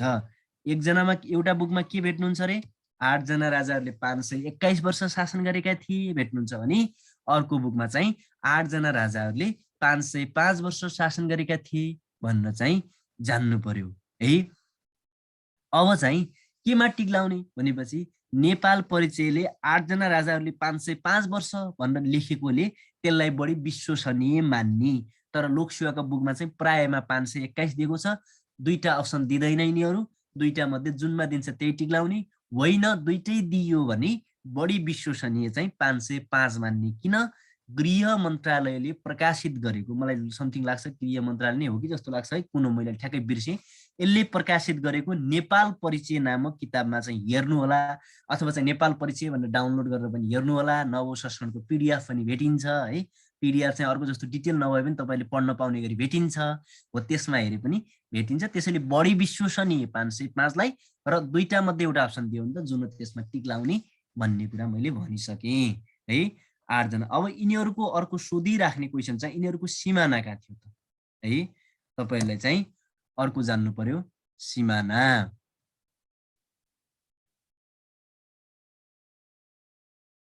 ल अब हेर्नुस् है, अर्को चाहिँ हामीले के गर्नु पर्यो, सिमाना। सिमानाको सूत्र हुन्छ दुत्री गोची है। सूत्र के दुत्री गोची भन्यो भनेपछि पूर्वमा दुधकोशी है त, दुधकोशी है। पश्चिममा यो दुत्री भनेको त्रिशुली है। उत्तरमा गो भनेको गोसाईकुण्ड है। अलि सोलो पढाइरहेको छु है मैले आज, चाहिँ केही साथीहरु नयाँ हुनुहुन्छ त्यही भएर अलि सोलो लिइरहेको छु है। उत्तरमा गोसाईकुण्ड, अस्ति पढेका साथीहरुले यहाँसम्म ख्याल गर्नु याद हुनुपर्छ है तपाईलाई। दक्षिणमा चितलाङ, त्यसैले सिमाना चाहिँ दुत्रीगोची। अब सबैभन्दा बढी जसको फोन नम्बर आउँछ त्यही नम्बर सेभ गर्नु होला, 2-4 दिन अनि याद हुन्छ। किन, दुत्रीगोची 2-4 दिनमा याद भयो भने याद भइहाल्छ। जसको बढी फन आउँछ त्यसको नम्बर नै दुत्रीगोची सेभ गर्नु होला है त 2-4 दिनको लागि, केही फरक पर्दैन। ल यति चाहिँ गोपाल वंशमा पढ्नु पनि यति हो है, अरु केही पनि पढ्नु पर्दैन। कहिलेकाहीँ चाहिँ त्यति बेला माता तीर्थलाई के भनिन्थ्यो भनेर क्वेसन सोधेको छ, त्यो अब अलि भित्री कुरा हो, तैपनि तपाईँले सोधिहाल्नु नि पद्म कण्ठगिरी भनिन्थ्यो भनेर चाहिँ भनेको मतलब गोपाल वंशमा के अरे माता तीर्थलाई के भनिन्थ्यो भनेर कहिलेकाहीँ क्वेसन सोधिदियो भनेपछि पद्म कण्ठगिरी भनेर भन्न सक्नुहुन्छ तपाईँहरूले। यति कुरा चाहिँ जान्न फरक परेन है त। अब दोस्रो जाउँ, महिषपाल वंश है। दोस्रो के रहेछ, महिषपाल वंश है। यसलाई चाहिँ अब फेरि तपाईँहरू भन्नु होला अभिर वंश पनि भन्छ, अहिर वंश, आभिर वंश पनि भन्छ। यो जे भने पनि है, बाउकी छोरी भने पनि त्यही हो, आमाकी छोरी भने पनि त्यही हो, दाजुकी बहिनी भने पनि छोरी त्यही हो। समस्या त्यति हो, अरू केही पनि फरक छैन है त। महिषपाल वंश। अब हेर्नुहोस्, महिष के भएको, अन्तिम सन्तान निसन्तान भए है। अन्तिम सन्तान यक्षगुप्त चाहिँ निसन्तान भयो। किन भयो? अब कक्षै खोलेन नि त निसन्तान भइहाल्छन्, सम्झिनलाई है, अन्यथा नलिनु होला। निसन्तान भयो है, र तिनी निसन्तान भइसकेपछि अब यिनैको वंश एउटै तर फरक प्रकृतिका मान्छे, पेसा मात्रै फरक भएका मान्छे आए महिषपालमा है त। अब को हुन्, किनकि उनीहरू निसन्तान भए है। त्यसैले चाहिँ महिष के जस्तो सुनिन्छ, यिनीहरू भैँसी पाल्ने समुदाय हुन्। अरू सबै त्यही हेर्नुहोस् है, तपाईको भैँसी त झन् माता हो, त्यसैले चाहिँ शासनको केन्द्र पनि तपाईले केन्द्र पनि कहाँ रहेछ, माता तीर्थ। किन? भैँसी झन् माता तीर्थ हो है। वंश के हो, यिनीहरूको पनि ठ्याक्कै त्यही हो है। त्यसपछि सिमाना के हो, सिमाना पनि दुत्रीगोची नै हो, सबै त्यही के है। केही मात्र फरक छ, यिनीहरूको फरक भनेको त्यही राजा मात्रै हो है। किन मैले अघि भने पेशागत आधारमा मात्रै यिनीहरू भिन्न हुन्, अरू एउटै हुन् भनेर मैले भनिसकेको छु है त। सिमाना अब के भयो अरे, के अरे सरी, सिमाना दुत्रीगोची। राजा चाहिँ प्रथम राजा कौन भनेपछि चाहिँ तपाईँलाई प्रथम चाहिँ अब बर्सिङ हुन्। कतिपयले झुक्किनु भयो भने म भनिदिन्छु है, यी चाहिँ भुवन सिंह हुन् है त। र अन्तिम राजा को रहेछन्, भुवन सिंह। अब तपाईँहरू भन्नु होला होइन यो बर्सिङ र भुवन सिंहमा पनि थाहा चाहिँ नाम चाहिँ हुन्छ क्या, फेरि भोलि पढ्दा पढ्दै तपाईँहरूको बर्सिङ र भुवन सिंह भन्ने थाहा हुन्छ, तर को प्रथम बर्सिङ कि अन्तिम भुवन सिंह भन्ने झुक्किन्छ है। त्यस्तो पनि धेरै हुन्छ क्या, यो जिके भन्ने अगाडिबाट पढ्दै जाने पछाडिबाट बिर्सिनै जाने चिज हो क्या, कन्सेप्ट लागिएन। अब इक्जाममा कसरी सम्झिने, अप्सन हेर्नुहोस् न, यसरी दिन्छ क्या, महिषपाल वंशका प्रथम राजा कोन, कमा भुवन सिंह, खमा बर्सिङ, अर्को दिन्छ। अनि हाम्रो दिमागमा कुरो भुवन पनि पढाए जस्तो लाग्छ, बर्सिङ पनि पढाए जस्तो लाग्छ। त्यो बेला के गर्ने, सम्झिने आइडिया चाहिँ यी बर्सिङ पहिलो कख पढ्दाखेरि त पहिला ब आउँछ, त्यसैले बर्सिङ पहिलो, त्यसपछि भा आउँछ, भुवन सिंह अन्तिम भनेर चाहिँ पढ्ने है त। झुक्किएको बेला ब सम्झिने है यस्तो बेलामा। ल अब यो ऐको जस्तै पढौँ फेरि है। अब बोर्डमा भए भए अझ ट्याक्टिक फिगर बनाएर सजिलो हुन्थ्यो। ठिकै छ, के भनौँ, एउटा बुकमा भेटिन्छ 3 जना। मेसेज गर्नुभयो फेरि सकभर मेसेज चाहिँ, गोपाल वंश र महिषपाल वंश कति कति वर्ष शासन गर्नु, म त्यो भन्दैछु नआत्तिनु न। मैले गोपाल वंशको भने है, ख्याल गर्नुहोस् क्या त्यो बेला।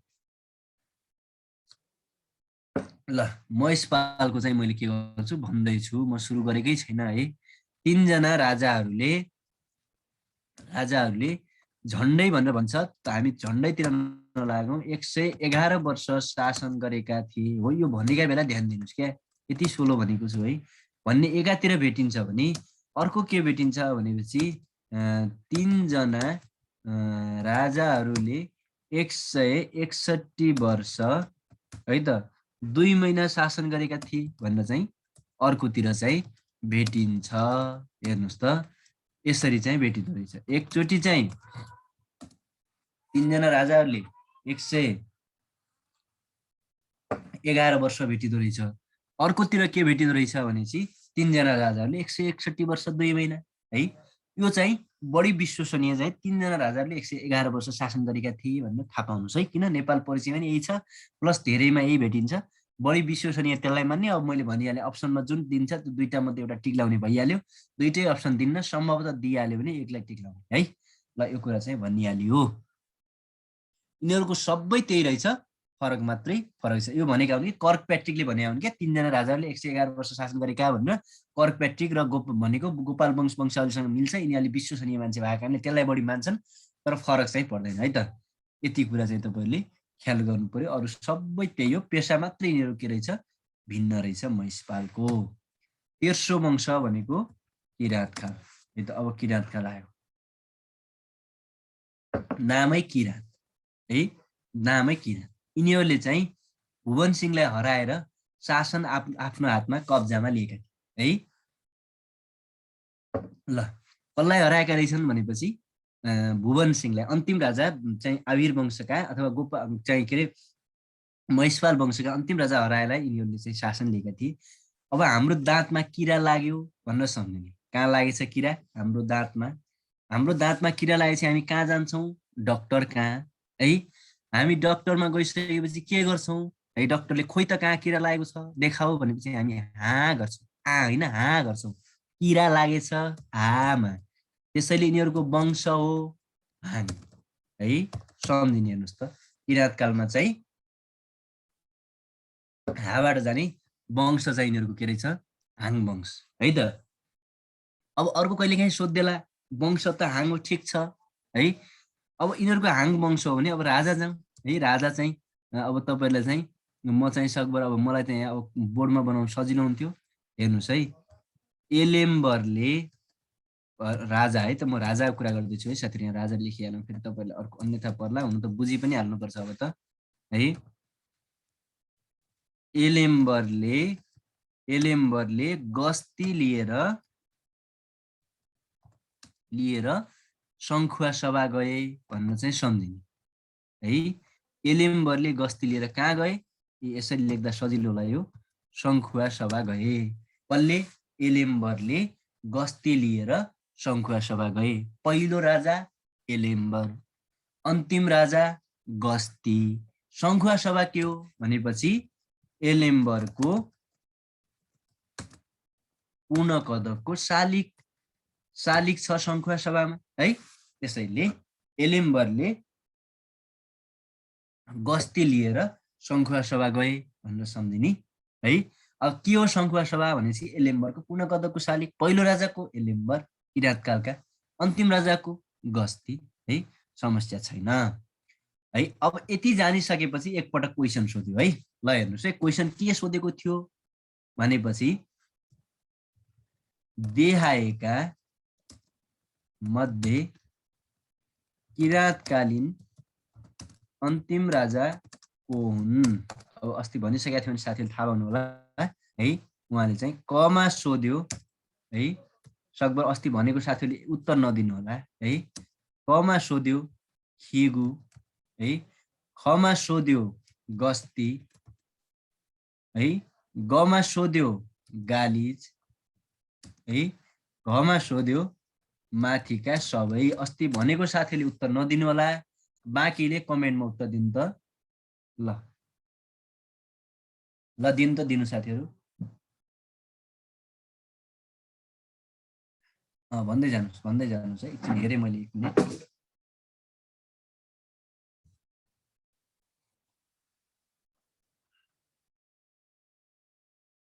ल उत्तर आइरहेको छ, मैले हेरिरहेको छु है सबैको। 1 मिनट टाइम दिएको छु मैले, 1 मिनटसम्म जति हुन्छ कमेन्ट गर्नुहोस् है।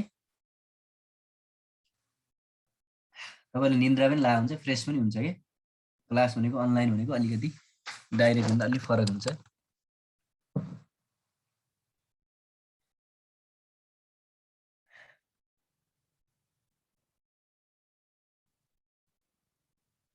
ल ल अस्तिका साथीहरूले पनि उत्तर भन्नु त खै। अस्ति मैले भनेको थिएँ भने उत्तर भन्नु त। ल एकजनाले भन्नुभयो है। ल माथिका सबै, ल 2-3 जनाले भन्नुभयो। ल माथिका सबै, ल ठिक छ है त।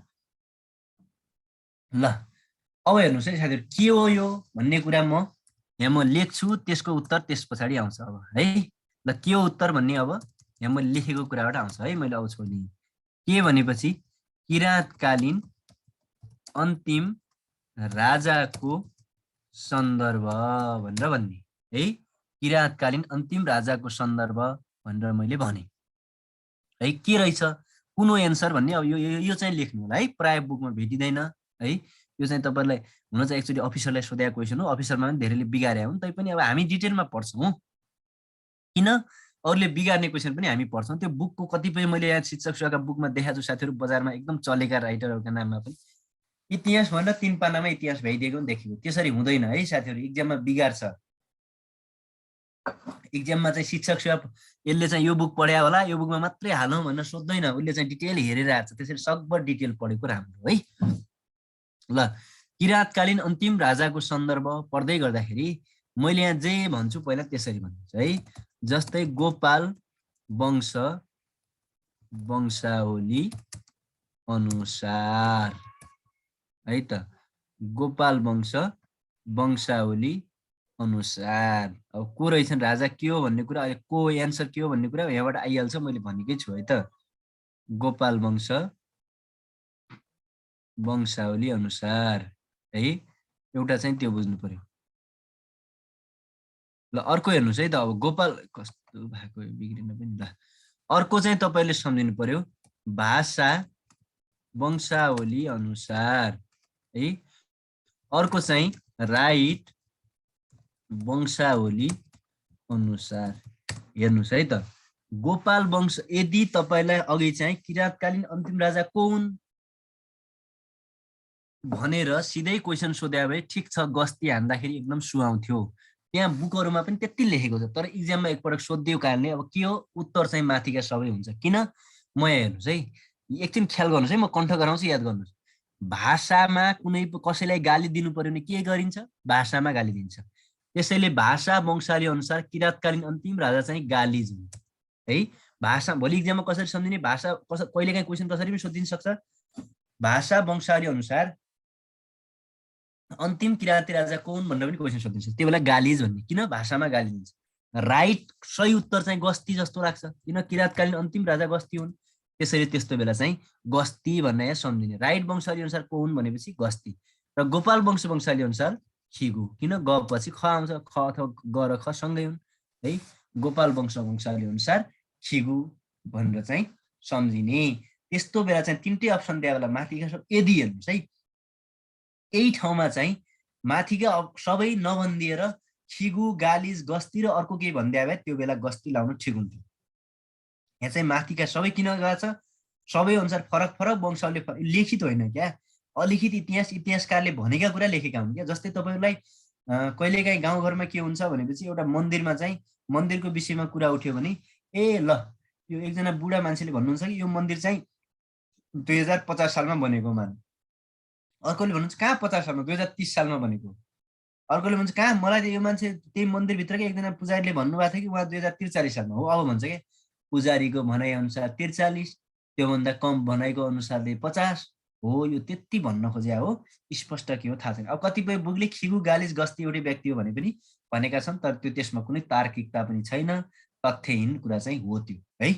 ल राजा के रहेछ भन्ने कुरा चाहिँ माथिका सबै ठिक लाउनु पर्ने रहेछ भन्ने कुरा बुझ्नु पर्यो। फेरि सबैमा माथिका सबै देखेको ठाउँमा सबै ठिक लाउनु चाहिँ होइन है, फेरि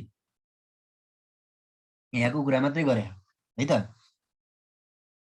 अब यसपछि आयो हाम्रो के आयो, किराँत कालको अन्तिम राजा कहाँ थियो, पहिलो राजा को थियो, यिनको वंश कहाँ थियो भनेर भने है। ल राइट वंशावली भनेको किराँत हो सर, ठिक छ। राइट वंशावली अनुसार चाहिँ गस्ती एन्सर है। किराँत कालको राइट वंशावली अनुसार अन्तिम राजा गस्ती। अब हेर्नु साथीहरू, शासनको केन्द्र कहाँ त, शासनको केन्द्र। अब तपाईँले कसरी भेट्नुहुन्छ शासनको केन्द्र बुकहरूमा, कुनै बुकमा भेट्नुहुन्छ गोकर्ण है, कुनै कुनमा भेट्नुहुन्छ शङ्खमूल है त, फरक फरक दुईटा भेट्नुहुन्छ है। अब मलाई भन्नु साथीहरू, यो पहिला गोकर्णमा थियो है, यति पनि भनिदिन्छु है। पहिला कहाँ रहेछ, गोकर्णमा थियो, पछि बल्ल के गरिएको शङ्खमूलमा पछि सारिएको हो। कहिले सारियो भनेपछि 28औं राजा पटुको पालामा है। अब यिनी भनेको किराँतकालीन 28औं राजा पटुको है, नामै पुटुक पनि भने पाइन्छ, केही फरक पर्दैन। पटुको पालामा के गरियो, सारियो है। शासनको केन्द्र गोकर्ण रहेछ है पहिला, पछि शङ्खमूलमा सारियो। कहिले सारियो भनेपछि 28औं राजा पटुको पालामा सारियो है त। त्यति हो, अरू केही पनि होइन। यति कुरा साथीहरूले बुझ्नु भएको पनि छ होला है। यो शासनको केन्द्र कहाँ थियो भनेर क्वेसन सोध्यो भनेपछि दुइटै दियो भने माथिका दुवै अप्सन दियो भने टिकाउने होइन, एउटा मात्र दियो भने चाहिँ शङ्खमूललाई टिक्लाउने है त। दुईटा मध्ये किन भनेपछि पहिला गोकर्ण थियो, पछि सारिसकिएकोलाई मानिन्छ। कहिले पनि केही कुरा पनि सोध्यो भने तत्कालीन अवस्थाले मानिन्छ कि, भनेको मतलब अब तत्कालीन अन्तिम अवस्थामा चाहिँ शङ्खमूलमा थियो नि त, यसैले त्यो कुरा पनि ख्याल गर्नु होला है। ल शासनको केन्द्र पनि भयो है। अब केही किराँतकालीन तीनवटा किराँतकालीन राजा पढ्नुपर्छ, त्यसपछि राजाहरू अस्ति पढेको साथीहरूको पनि सकिन्छ, त्यस पछाडि अनि नयाँ सुरु भइहाल्छ है त। केही किराँतकालीन राजाहरू एकमा पढौँ, चाहिने मात्र पढ्छौँ है, अनावश्यक पढ्दैनौँ। हुमती, यसलाई हिउँमती पनि भन्छ, केही फरक पर्दैन है साथीहरू।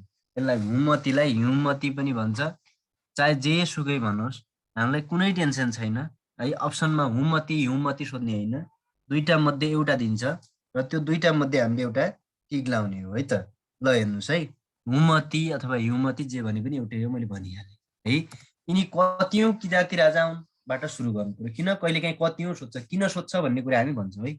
सम्झिने, यो नाम चाहिँ केटाको जस्तो छ कि केटीको जस्तो छ? ल साथीहरूले कमेन्टमा लेख्नुहोस् त, केटाको जस्तो छ कि नाम केटीको जस्तो छ, लेख्नुहोस् त खै। हिउँमती को जस्तो छ? केटी केटी, ल केटी है। केटी भनेको कि केटा भनेको? केटी भनेको केटी नै होला सायद, केटी केटी। ल ल भयो, पुग्यो है। ल सबै तर ल केटीको जस्तो नाम छ। अब राजा केटी त हुन्न, तर नाम केटीको जस्तो छ है। तपाईँले सम्झाउनलाई ल पुग्यो है। अब के सम्झिने, एउटा केटीका न्यूनतम 6वटा बिहा हुन्छन्। एउटा केटीका न्यूनतम 6वटा बिहा हुन्छन् भनेपछि कतिौं किराँती राजा रहेछन् यिनी? 6औं। सम्झिन सजिलो भयो है। हिउँमती भन्ने एउटा केटी हो, केटीका कतिवटा हुने रहेछन्? 6वटा हुन्छन् है। सम्झिने 6औं। केटीको कामै झगडा गराउने, सम्झिने है। केटीको कामै के हो? झगडा गराउने। के भयो यति बेला पालामा? किराँत रूपी है, सरी, किराँत रूपी अर्जुन र महादेव बीच के भयो? युद्ध भयो है त। किराँत रूपी अर्जुन र महादेव बीच युद्ध भयो। केटीहरू कामै झगडा गराउने हो त, अनि यत्रो ठुलो युद्ध भयो है। कस्ता टाइपका केटीले झगडा गराउँछन्? हात्ती टाइपका केटीले है। त्यसैले यिनलाई भनेको के हो भनेपछि हिउँमतीलाई किराँतकालीन हत्ती भनेर चिनिन्छ क्या है। किराँतकालीन हत्ती भनेर कसलाई, कुन राजालाई चिनिन्छ भनेर क्वेसन सोध्यो भने हिउँमती है। र यति हो। अब भोलि चाहिँ तपाईँले कसरी सोध्छ, अर्जुन र महादेव बीच युद्ध कुन किराँती राजाको पालामा भएको थियो भने चाहिँ हिउँमती। कतिौं किराँती राजाको पालामा भएको थियो भने चाहिँ 6औं। यही युद्ध भएको कारणले गर्दा महत्त्वपूर्ण भनेर भनिएको हो क्या है। किराँत रूपी अथवा चाहिँ अर्को सोध्छ, किराँतकालीन हत्ती भनेर कसलाई चिनिन्छ? हिउँमती है। ल यति कुरा चाहिँ जान्नु पर्यो। यिनले चाहिँ अर्जुनलाई साथ दिएकी थिइन् है त। यिनले चाहिँ जस्तै अथवा हिउँमतीले अर्जुनलाई साथ दिएकी थिए भनेर चाहिँ केटा हो तर केटी भनेर सम्झेर हामीले पढ्ने। ल यति हो है, 6वटा थिए। अब चाहिँ अर्को भनेको जितेदास्ती। अब हेर्नुहोस्, 6जना केटाहरूको झगडा परिरहेको छ। अब 7औं आउँछ, बिहे गरेर लिन्छ अनि शान्त हुन्छ है। 7औं आउँछ, बिहे गरेर लिन्छ अनि के हुने रहेछ अरे? शान्त हुने रहेछ। कतिौं आउँदो रहेछ? 7औं। 6औं होइन, के भयो, के मेसेज गर्नुभयो फेरि? महाभारतको युद्ध पनि भनिन्छ, तर चाहिँ अहिलेको महाभारत होइन है, यो 18 दिन चलेको महाभारत होइन, किनकि यो महाभारत चाहिँ अलिक पछाडिको हो। तर जनरली त्यसलाई बुझ्दा पनि हुन्छ, किन भन्दा त्यहीँबाट सुरुवात पोइन्ट चाहिँ त्यही हो है। महाभारतको युद्ध भन्दा पनि हुन्छ है। ल अब जितेदास्ती भनेपछि अब 6औंसम्म चाहिँ ठिक थियो। अब 7औं आयो चाहिँ, त्यसपछि 7औंले बिहे गरेर लियो त्यो केटीलाई, हिउँमतीलाई, त्यसपछि शान्त भयो भनेर सम्झिने। शान्त भनेको गौतम बुद्ध हो है। यिनी कतिौं रहेछन्? 7औं। किन 6औं पढिसकेपछि 7औं पढ्नु पर्यो भनेर सम्झिने क्या है। 7औं किराँती राजा यो त। कतिौं किराँती राजा रहेछन्? 7औं किराँती राजा। अब शान्त भयो भनेको के हो? यति बेला गौतम बुद्ध काठमाडौँ उपत्यका आए है। काठमाडौँ उपत्यका आए।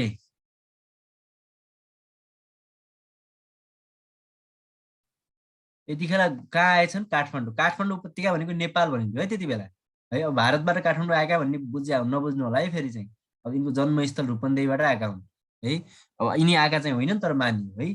अब हेर्नुहोस् क्वेसन कसरी सोध्छ भने चाहिँ कुन किराँती राजाका पालामा गौतम बुद्ध काठमाडौँ आएका थिए भनेपछि जितेदास थिए।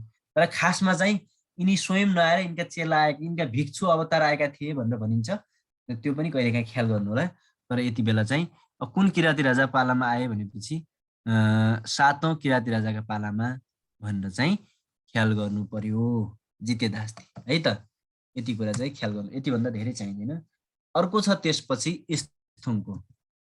यसलाई स्थुङगो पनि भन्छ स्थुङको पनि भन्छ, जे भन्नुहोस् फरक पर्दैन है त। यिनी चाहिँ अब हेर्नुहोस् 6 पढ्यौँ 7 पढ्यौँ 7 गुणा 14औं पढ्नु पर्यो यिनीहरू है। ठ्याक्कै चाहिँ के 14औं हुने नि है त। 14औं अथवा 14औं राजा हुने। कति रहेछन् 14औं पुस्ताका राजा। र यिनको पालामा सबाट सुरु भएको छ, त्यसैले सम्राट अशोक है त। सम्राट अशोक नेपाल आएका थिए। सम्राट अशोक के भएका रहेछन् नेपाल आएका रहेछन् यति बेलाको पालामा। किनभने के कमेन्ट गर्नुभयो है।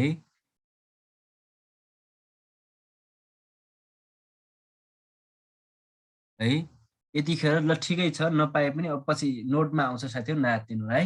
नोटमा पठाइदिन्छु म है त, किन आत्तिने र। ल यतिखेर चाहिँ के थिए भनेपछि सम्राट अशोक नेपाल आएका थिए। किन 14मा स छ। अब कहिलेकाहीँ क्वेसन सोधिदिन सक्छ सम्राट अशोक कति के अरे अथवा चाहिँ त्यसरी पनि नभनौँ न, नेपालको पहिलो पर्यटक कोन भनेर क्वेसन सोधिदिन सक्छ।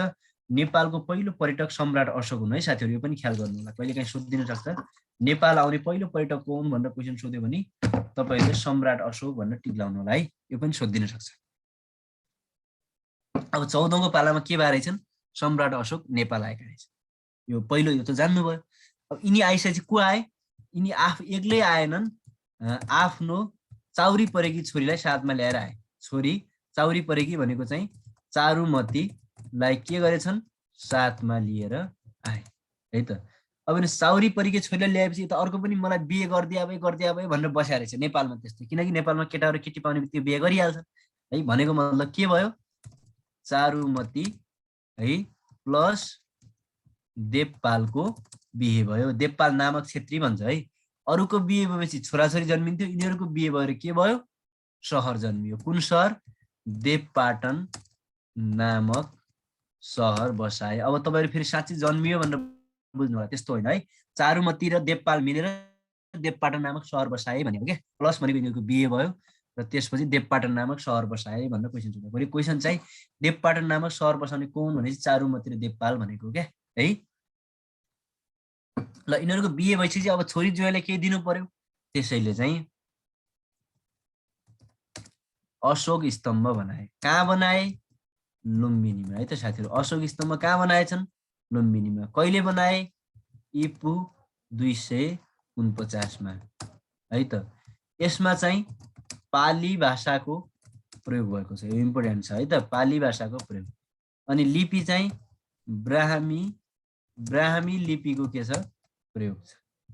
कुन लिपि प्रयोग भएको थियो यसमा भने चाहिँ ब्राह्मी है। कुन भाषाको प्रयोग भएको थियो भने नि पाली है त।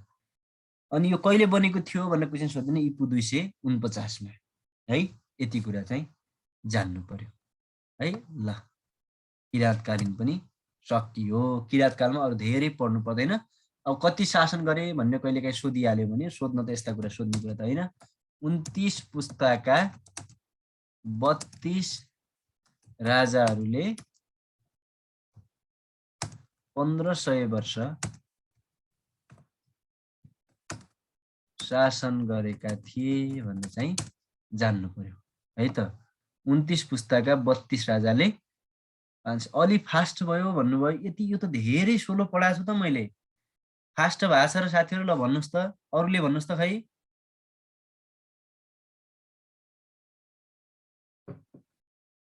हिजो अस्तिको सरले चाहिँ योभन्दा पनि ढिलो पढाउनुहुन्थ्यो र।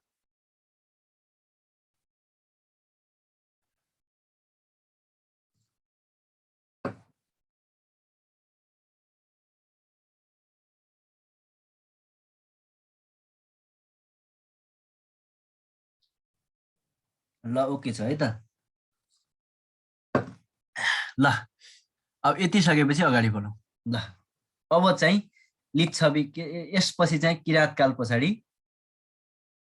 अब यहाँनिर तपाईँ एउटा विवाद आउँछ है, एकछिन नलेख्नु होला। जस्तै लिच्छवी काल र सोमवंश दुईटा भेट्नुहुन्छ बुकमा।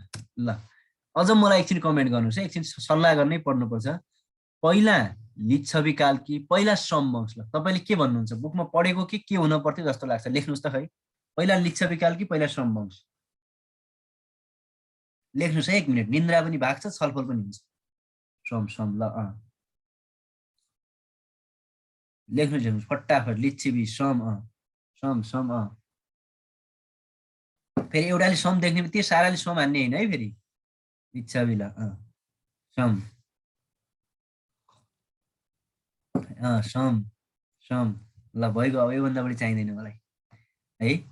अब यो हेर्नुहोस् है, अनि बुकमा अगाडि सम पढ्ने पनि तपाईँहरू है, र त्यही बुकमा लिच्छवी कालमा चाहिँ पाटनको च्यासलमा युद्ध हुँदा झन्डै 800 जना किराँती राजा मारिएका थिए।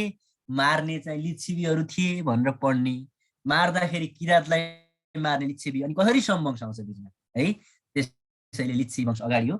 सोमवंश भनेको लिच्छवी वंशकै एउटा हाँगो हो क्या, त्यहाँभित्र छिरेको वंश मात्रै हो, छुट्टै वंश चाहिँ होइन है। त्यसैले अगाडि पछाडि भन्ने हुँदैन। मैले चाहिँ लिच्छवी काल, लिच्छवी कालमा पहिलो जान्नुपर्ने यसलाई चाहिँ लिच्छवी काललाई चाहिँ स्वर्णयुगको काल भनेर भन्छ, अथवा स्वर्णयुगको वंश भनेर कुन वंशलाई चिनिन्छ भनेर क्वेसन सोधे पनि तपाईँहरूले चाहिँ लिच्छवी काललाई मान्ने। किन स्वर्णयुग भनियो भनेपछि मुख्य गरेर 3टा कुरा भन्छु मैले। 1, राजा मानदेवको प्रमाणिक अभिलेख कहिले भएको थियो, के थियो? अहिले मानदेवको पालामा पढ्छौँ है। प्रमाणिक अभिलेख कसको? राजा मानदेव। राजा मानदेवको के? प्रमाणिक अभिलेख है। अथवा दोस्रो के हो भनेपछि कलाको विकास है। तेस्रो भनेको के हो त भनेपछि हेर्नुहोस् है, यो म यहाँ लेख्दिनँ, तपाईँलाई भन्दैछु किन। अथवा चाहिँ अंशुवर्माको शासन भन्ने मैले बुझाइदिन्छु। अंशुवर्माको आदर्श शासन। यी 3टा कारणले चाहिँ योलाई चाहिँ लिच्छवी काललाई चाहिँ स्वर्णयुगको काल भनेर भनियो है। 3टा के रहेछ? एउटा चाहिँ के कारण रहेछ? एउटा राजा मानदेवको प्रमाणिक अभिलेख, यो चाङ्गुको अभिलेख वा निरपको अभिलेख, त्यो पछि पढाउँला। दोस्रो चाहिँ यतिखेर कलाको विकास भएको रहेछ, दोस्रो है। तर कलाको उत्कृष्ट काल कुन हो भने चाहिँ मल्लकाल हो है। फेरि अब उत्कृष्ट काल भन्दा विकास हुनु ठुलो कुरा, किन? विकास नै हुँदैन थियो त कसरी उत्कृष्ट हुन्थ्यो है? आफै बुझ्नु न। अब जस्तै अनलाइन जुमको मानव विकास नै हुँदैन थियो त अनलाइनको के अर्थ हुन्थ्यो र पढाउनलाई है? हो त्यसैले चाहिँ दोस्रो कलाको विकास चाहिँ लिच्छवी कालमा। तर कलाको उत्कृष्ट काल कुन हो भन्यो भने मल्ल है। कलाको विकास कुन कालमा भएको भनेपछि लिच्छवी काल। कलाको उत्कृष्ट, कलाका दृष्टिले उत्कृष्ट काल कुन हो? मल्लकाल है। अब मैले अर्को भने अंशुवर्माको आदर्श शासन भनेको मतलब अंशुवर्मा शिवदेव प्रथमका भान्जा थिए है। यो पछि पढ्नुपर्छ है अंशुवर्माको पालामा। यिनी अंशुवर्मा चाहिँ शिवदेव प्रथमका भान्जा थिए है। र शिवदेवले चाहिँ दैत्य शासनलाई कन्ट्रोल गर्न नसकेका कारण चाहिँ अंशुवर्मा चाहिँ मन्त्री थिए त्यो बेला। अंशुवर्माले धेरै ठुलो भूमिका निर्वाह गरे र चाहिँ यिनले राम्रो शासनमा कब्जा जमाएको कारण शिवदेव आफै निश्चित बन्न पुगेर अंशुवर्मा राजा भएको। र अंशुवर्मा राजा भइसकेपछि यिनले आफ्नो कार्यकाल सकिएपछि आफ्ना छोरालाई दिनुपर्ने, आफ्ना बुहारीले दिनुपर्ने, आफ्नो छोरीलाई दिनुपर्ने नदिएर चाहिँ फेरि यिनी चाहिँ अंशुवर्मा ठकुरी वंशका, अरू सबै सूर्यवंशीका। र यिनले भने कि यो मेरो शासन होइन, म चाहिँ जुनको शासन हो त्यसलाई दिदिन्छु भनेर शिवदेवका छोरालाई फेरि शासन हस्तान्तरण गरेका कारणले गर्दा पनि अंशुवर्माको आदर्श शासन वा चाहिँ यिनलाई चाहिँ स्वर्णयुग भनियो भनेको मतलब आफ्नो छोरालाई दिने शासन पनि चाहेको भए दिन पाउँथे, तर दिएनन्, मैले अर्काबाट लिएको हुँ भनेर चाहिँ अर्कालाई दिएको कारणले गर्दाखेरि पनि अंशुवर्माको आदर्श शासन भनेर भनेको हो है। यति कुरा चाहिँ यी 3टा चाहिँ स्वर्णयुगको काल भनेर चाहिँ भनिएको चाहिँ लिच्छवी काललाई है त। ल अब अर्को तपाईँले जान्नु पर्यो, लिच्छवीकै कुरा जान्नु है, अरूको कुरा होइन कि हामी कसको पढ्दैछौँ। लिच्छवी भएको के थियो हेर्नुहोस् है। लिच्छवी काल पढ्दै गर्दाखेरि पहिला म एउटा अझ भनिदिएँ मैले, पाटनको च्यासली युद्ध एकदम इम्पोर्टेन्ट छ है। हेर्नु चाहिँ यो कारण नै हो। भएको के थियो भनेपछि पहिला लिच्छवीहरू चाहिँ भारतमा बस्थे है, भारतमा शासन गरी बस्थे। त्यहाँ चाहिँ त्यहाँबाट चाहिँ त्यहाँ चाहिँ आक्रमण भयो, मुसलमानहरूको आक्रमण भएर यिनीहरू त्यहाँबाट भागेर के आए, नेपाल आए है। यिनीहरू भागेर नेपाल आए, कोही कता गए, कोही कता गए, कोही त्यहाँ मध्येका है नेपाल आए। तिनीहरू शरणार्थीका रूपमा नेपाल आएका थिए र यिनीहरू सुरुमा चाहिँ पूर्वी नेपालमा छरिएर बसेका थिए। पछि बिस्तारै काठमाडौँ उपत्यका छिरे र काठमाडौँ उपत्यका छिरिसकेपछि चाहिँ तपाईँको चाहिँ त्यहाँ चाहिँ त्यति बेला चाहिँ मैले भने नि किराँतहरूले शासन गरिरहेका थिए र ती किराँतहरूले चाहिँ को शासनबाट स्थानीय जनता चाहिँ चित्त बुझ्दा थिएनन् र यिनीहरूले स्थानीय जनताको सहयोगमा के गरे, किराँतहरूलाई हराए र आफूले शासन कब्जा गरे। यति हो बुझ्नु पर्ने। तर पढ्नु पर्ने पाटनको च्यासल युद्ध जान्नु पर्यो। कहाँ भएको थियो भने चाहिँ अब पाटन भन्ने भइसक्यो। के भएको थियो यसमा एकदम इम्पोर्टेन्ट चाहिँ 800 जना किराँती राजा मारिएका है।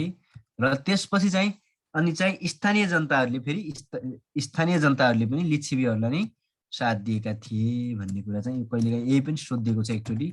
स्थानीय जनताहरूले कसलाई दिएका रहेछन्, लिच्छवीहरूलाई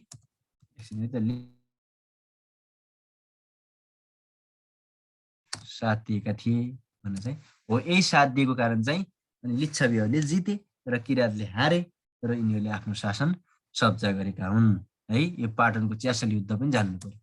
र यिनीहरू चाहिँ लिच्छवीहरू तपाईँहरूको चाहिँ शरणार्थीको हैसियतमा चाहिँ नेपाल प्रवेश गरेका हुन् है।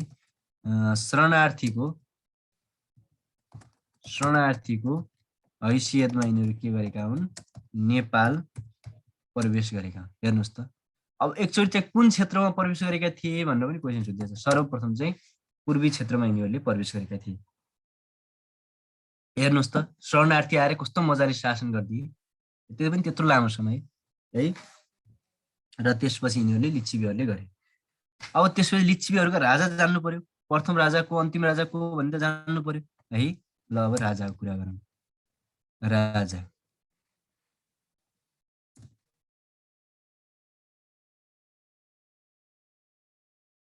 ल हेर्नुहोस् है, राजाको कुरा गर्दै गर्दाखेरि एउटा प्रथम राजा, अर्को चाहिँ अन्तिम राजा। दुवै राजा जय छन्, यहाँ पनि जय छ। दुईजना साथीहरूसँगै खेत जोत्न जानुभएको छ अथवा खेतमा काम गर्न जानुभएको छ है। एउटा चाहिँ छिटो आयो, एउटा ढिलो आयो। जसले काम गर्छ त्यो ढिलो आउँछ, काम नगर्ने छिटो आउँछ। त्यसैले जय कामदेव चाहिँ अन्तिम हुन्। भोलि कहिलेकाहीँ चाहिँ अनि जयदेव प्रथम चाहिँ प्रथम हुन्। जयदेव प्रथम चाहिँ प्रथम राजा हुन्। अब कतिपयको मनमा के हुन्छ भने चाहिँ ए यो त प्रथम छ, त्यसैले भोलि चाहिँ एक्जाममा जय कामदेव प्रथम अप्सन दिइदिन्छ, त्यही टिक लाउनु होला, त्यसले बिगार्ला है त। अन्तिम चाहिँ काम गर्ने मान्छे कामदेव पछाडि छ, जय कामदेव अन्तिम छ भने प्रथम राजा चाहिँ जयदेव प्रथम भन्ने हिसाबले दुईटा कुरा चाहिँ ख्याल गर्नु पर्यो है त। अब चाहिँ दोस्रो यति जान्नु पर्यो। अब लिच्छवी कालको प्रत्येक फरक फरक छुट्याएर हामी के गर्छौँ, पढ्छौँ है। के पढ्छौँ भनेपछि सुरुमा चाहिँ लिच्छवी कालीन तपाईँहरूको चाहिँ ल कर भनेर पढौँ है। अब फरक फरक सबै फरक फरक डिटेलमा पढाइदिन्छु है लिच्छवी काललाई। लिच्छवी काल करलाई 3 भागमा पढिन्छ मुख्य गरी है। भाग कर, भोग कर र कर। यो मुख्य गरेर चाहिँ लिच्छवी काललाई बाँडिने, लिच्छवीकालीन करलाई मुख्य गरेर 3। राजस्वको 90% आम्दानी चाहिँ 3टाबाट हुन्थ्यो, बाँकी अन्य करबाट हुन्थ्यो। अहिले अन्य करको पढौँ है। भाग कर, भाग भनेको दुई भाइ छुट्टिनु भयो भने सर्वप्रथम के हुन्छ, जग्गाको विभाजन गरिन्छ। जग्गा पनि के गरिन्छ, जग्गामा कृषि। त्यसैले भाग भनेको कृषिमा लगाइने कर। भोग भनेको के को भोग दिइन्छ मन्दिरहरूमा, पशुहरूको। त्यसैले पशुपालनमा लगाइने कर। अब कर भनेको बाँकी कृषि आइगयो, पशु आइगयो। अब व्यापार, व्यापार वाणिज्यमा लाग्ने कर। हेर्नुहोस् त है। भाग कर भनेको कृषिमा लगाइने वा लाग्ने कर। भोग भनेको पशुको दिन्छ, पशुपालनमा लगाइने कर। र कर भनेको व्यापार वाणिज्यमा लगाइने कर। अब भोलि कहिलेकाहीँ एक्जाममा चाहिँ लिच्छवी कालको प्रमुख पेसा के थियो भने त बुझ्यो नि। अब कृषि, पशुपालन र व्यापार है। त्यसरी पनि सोधिदिन सक्छ। अब अन्य सहायक करहरू, यो त 90% यसले हुन्थ्यो। अब अन्य पनि कर त होलान्, सहायक करहरू है। जस्तै तपाईँको तैल कर भन्यो, यो चाहिँ तेलमा लाग्ने कर है। अर्को चाहिँ तपाईँको चैल कर भन्ने मानौँ, यो भनेको चाहिँ चैल भनेको कपडा, कपडामा लाग्ने कर है। तैल कर तेलमा, चैल कर कपडामा। अब अर्को छ सिङ्कर है। सिङ्कर भनेको सिङ भनेको सिनका चाहिँ फर्निचरको हुन्छ अथवा काठको हुन्छ अथवा चाहिँ जे भने नि हुन्छ है। त्यसो सिङ्कर भनेको चाहिँ फर्निचरमा, फर्निचरमा लाग्ने कर। अर्को तपाईँको चाहिँ नैले कर, यो बुकमा प्राय भेटिँदैन, याद गर्नु होला है। नैले कर, अब नामै नैले छ। नैले कर भनेको चाहिँ रङमा,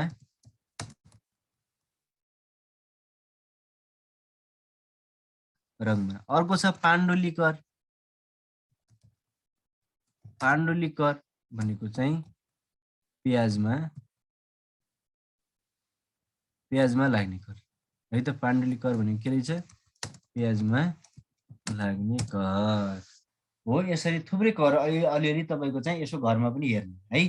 सिङ्कर, तैल कर, नैले कर, पाण्डुली कर, तैल कर है। अथवा अर्को चाहिँ आउँछ आपण कर है। आपण कर, आपण कर भनेको चाहिँ पसलमा लगाइने कर, पसलमा है त, पसलमा लगाइने कर हो। यस्ता थुप्रै करहरू छन्, थुप्रै छैनन्, 4-5 अझ 1-2वटा अरू होला नि सम्भवतः। एकछिन हेर्नु होला, मैले अहिले ठ्याक्कै दिमागमा मेरो आएन है। 1-2वटा सरस्वती हेरेर चाहिँ घरमा पढ्नु होला है। यति पढेपछि सहजै लिच्छवीहरू कहाँबाट आएका थिए र यिनीहरूले लाग्ने कर के हो भन्ने कुरा चाहिँ ख्याल गर्नु पर्यो है। योभन्दा धेरै चाहिँ हामी बिस्तारै ख्याल गरिहाल्छौँ है त। ल साथीहरू, केही छ भने सबै साथीहरूले अनम्युट गरिदिनु त। आजलाई यति गरौँ है, मेरो पेटले अलिकति साथ दिएको छैन। आज बिहानबाट मैले अघि सरलाई भनेको थिएँ। ल सबैले अनम्युट गरिदिनु त सर। ओके सर, अनम्युट भयो ल। साथीहरू केही सोध्नु छ भन्नु छ भने भन्नु होला। सर म एउटा क्वेशन सोध्छु न।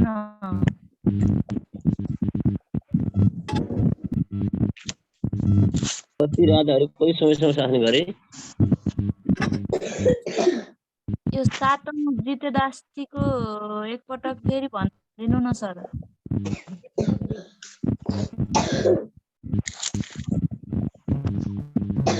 कतिजना राजाहरूले कति वर्ष शासन गरे? हुन्थ्यो 1500 वर्ष। मेरो भएको थिएन। ल ल ल अहिलेको चाहिँ जितेदास्तीको पालामा गौतम बुद्ध काठमाडौँ उपत्यका आएका थिए भन्नु है। मैले यहाँ भने रहेछु, म्युट रहेछ। सर हजुर, त्यो पाली भाषाको प्रयोग कहाँ भएको थियो सर्वप्रथम भन्ने छुटेछ कि सर लाइन गरेर? लौ, पाली भाषा चाहिँ अशोक स्तम्भमा पाली भाषाले लेखिएको थियो भने हो के। अशोक स्तम्भ लुम्बिनीमा, अनि त्यहाँ मुनि को देख्दैन सर, त्यहाँ भन्दा तलको भन्न पर्छ। यस्तो भनेको ल भनिदिन्छु सुन्नुहोस्। अशोक लुम्बिनीमा छ, ईपू 249 मा निर्माण भएको। त्यसमा पाली भाषा प्रयोग भएको थियो, त्यसमा ब्राह्मी लिपि प्रयोग भएको थियो है। ब्राह्मी लिपि हो सर। हजुर, नेपालको सबैभन्दा पुरानो लिपि पनि ब्राह्मी लिपि हो। कति हाइट चाहिँ यो चाहिँ 21.3 फिट अथवा 6.5 मिटर है। बुकहरुमा 41 पनि भेटिन्छ, त्यो रङ हो। कि भएन साथीहरु? 21 मिटर कति भन्नुभयो? गोपाल वंशको दक्षिण सिमाना चितलाङ हैन सर? हजुर, दक्षिणमा चितलाङ। अलिकति जोड दिनु पर्यो, त्यो त मैले डिटेलमा लेखेर भनिरहेछु त। 41.3 हो सर।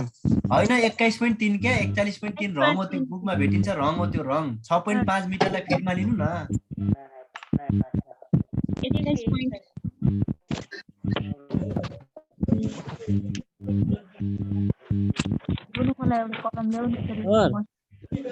हजुर हजुर, यो पाटनको 86 युद्ध छ नि सर। हजुर हजुर, त्यसको पाटन अनि 800 जनाको किराती मारे अनि लास्टको बुद्ध छुटेकै छैन। ए त्यो पाटनमा भए यिनीहरू चाहिँ स्थानीय जनताहरूले चाहिँ लिच्छवीहरूलाई नै साथ दिएका थिए भने हो क्या, किराँतलाई आफ्नै राजाहरूलाई नदिएर लिच्छवीहरू शरणार्थीलाई साथ दिएका थिए भने हो है। अनि पूर्व क्षेत्रमा राज गरेका थिए तपाईँपछि? सुरुमा पूर्वीबाट हुँदै आएका थिए क्या, पूर्वी आए, त्यसपछि सुनकोशी तामाकोशीमा आए, अनि त्रिशुली हुँदै काठमाडौँ आएका हुन् क्या। भन्नुहोस्। यो स्वर्ण के अरे लिच्छवीहरू चाहिँ ठकुरी वंश अनि यो भोलि पनि डिटेलमा भन्छु म। लिच्छवीहरू सूर्यवंशी चाहिँ ऊ चाहिँ हाम्रा अंशुवर्मा चाहिँ ठकुरी वंश, त्यो भोलि डिटेलमा पढ्छौँ है। त्यो कुरा चाहिँ साथीहरूले एकचोटि मजाले पढ्न आउनु पर्ने भयो है त। सर राष्ट्रिय सम्पदको मिति भन्नु न। 2065 7/8। यो त म गाली गर्छु है त्यत्रो लेख्दै। इन्द्रजीत सर।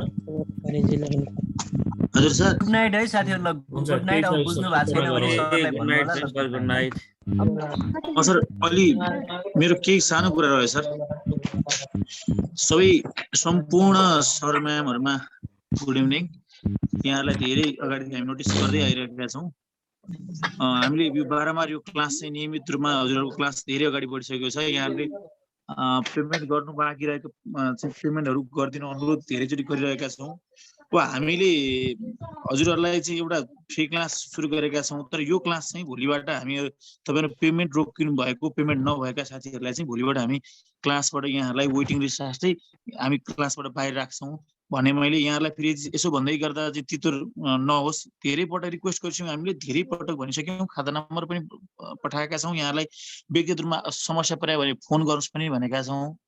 यहाँहरु चाहिँ अहिलेसम्म लामो समय हुँदै गर्दा पनि साथीहरुले अलि चाहिँ अल्छी मान्नु भएको हो कि अलिकति जागर मार्नु भएको हो कि क्लास नराम्रो भयो भए भन्नु पर्यो, अनि समस्या भएको भए भन्नु पर्यो। तपाईहरुले क्लास राम्रो भएन, तपाईलाई चित्त बुझ्नु भने हामीलाई चित्त बुझ्नु, तपाईलाई चित्त बुझाउने गरी क्लास दिन्छौं हामी। तर तपाईहरुलाई चित्त बुझ्दै गर्दा हामीलाई पनि चित्त बुझाइदिनको लागि यहाँलाई विनम्रतापूर्वक अनुरोध गरे मैले सर। बस यति भने है। हस् ल, धन्यवाद है सबैजनालाई। Good night. यहाँहरु सबैको रात्रि शुभ रहोस्। भोलि भेटौं। इन्द्रजी सरले भनेको कुराले यहाँले मनन गर्दिनु होला। Good night sir. नौलाई त जोइन के हो यहाँ पढ्ने मेसेज पढ्नु एउटा भाइ सुन्नु ल सर। 1 मिनेट टाइममा क्लास सुरु गर्नु पर्यो भन्नुभयो। 5 मिनेट पर होला म्याम, माइन्ड गर्नु होला, न त सुरु हुन्छ है।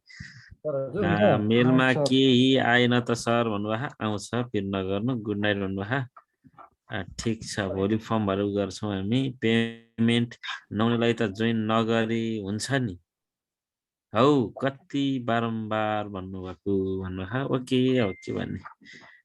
भोलिदेखि 7 बजे नै गर्नु पर्यो भन्नुभयो। आज धेरै ढिला भयो। 7:05 मा सुरु भएको थियो होला, 7:10 मा सुरु भएको थियो। ओके ल, ठिकै छ, केही छैन। हजुर भन्नुहोस्। बजारमा त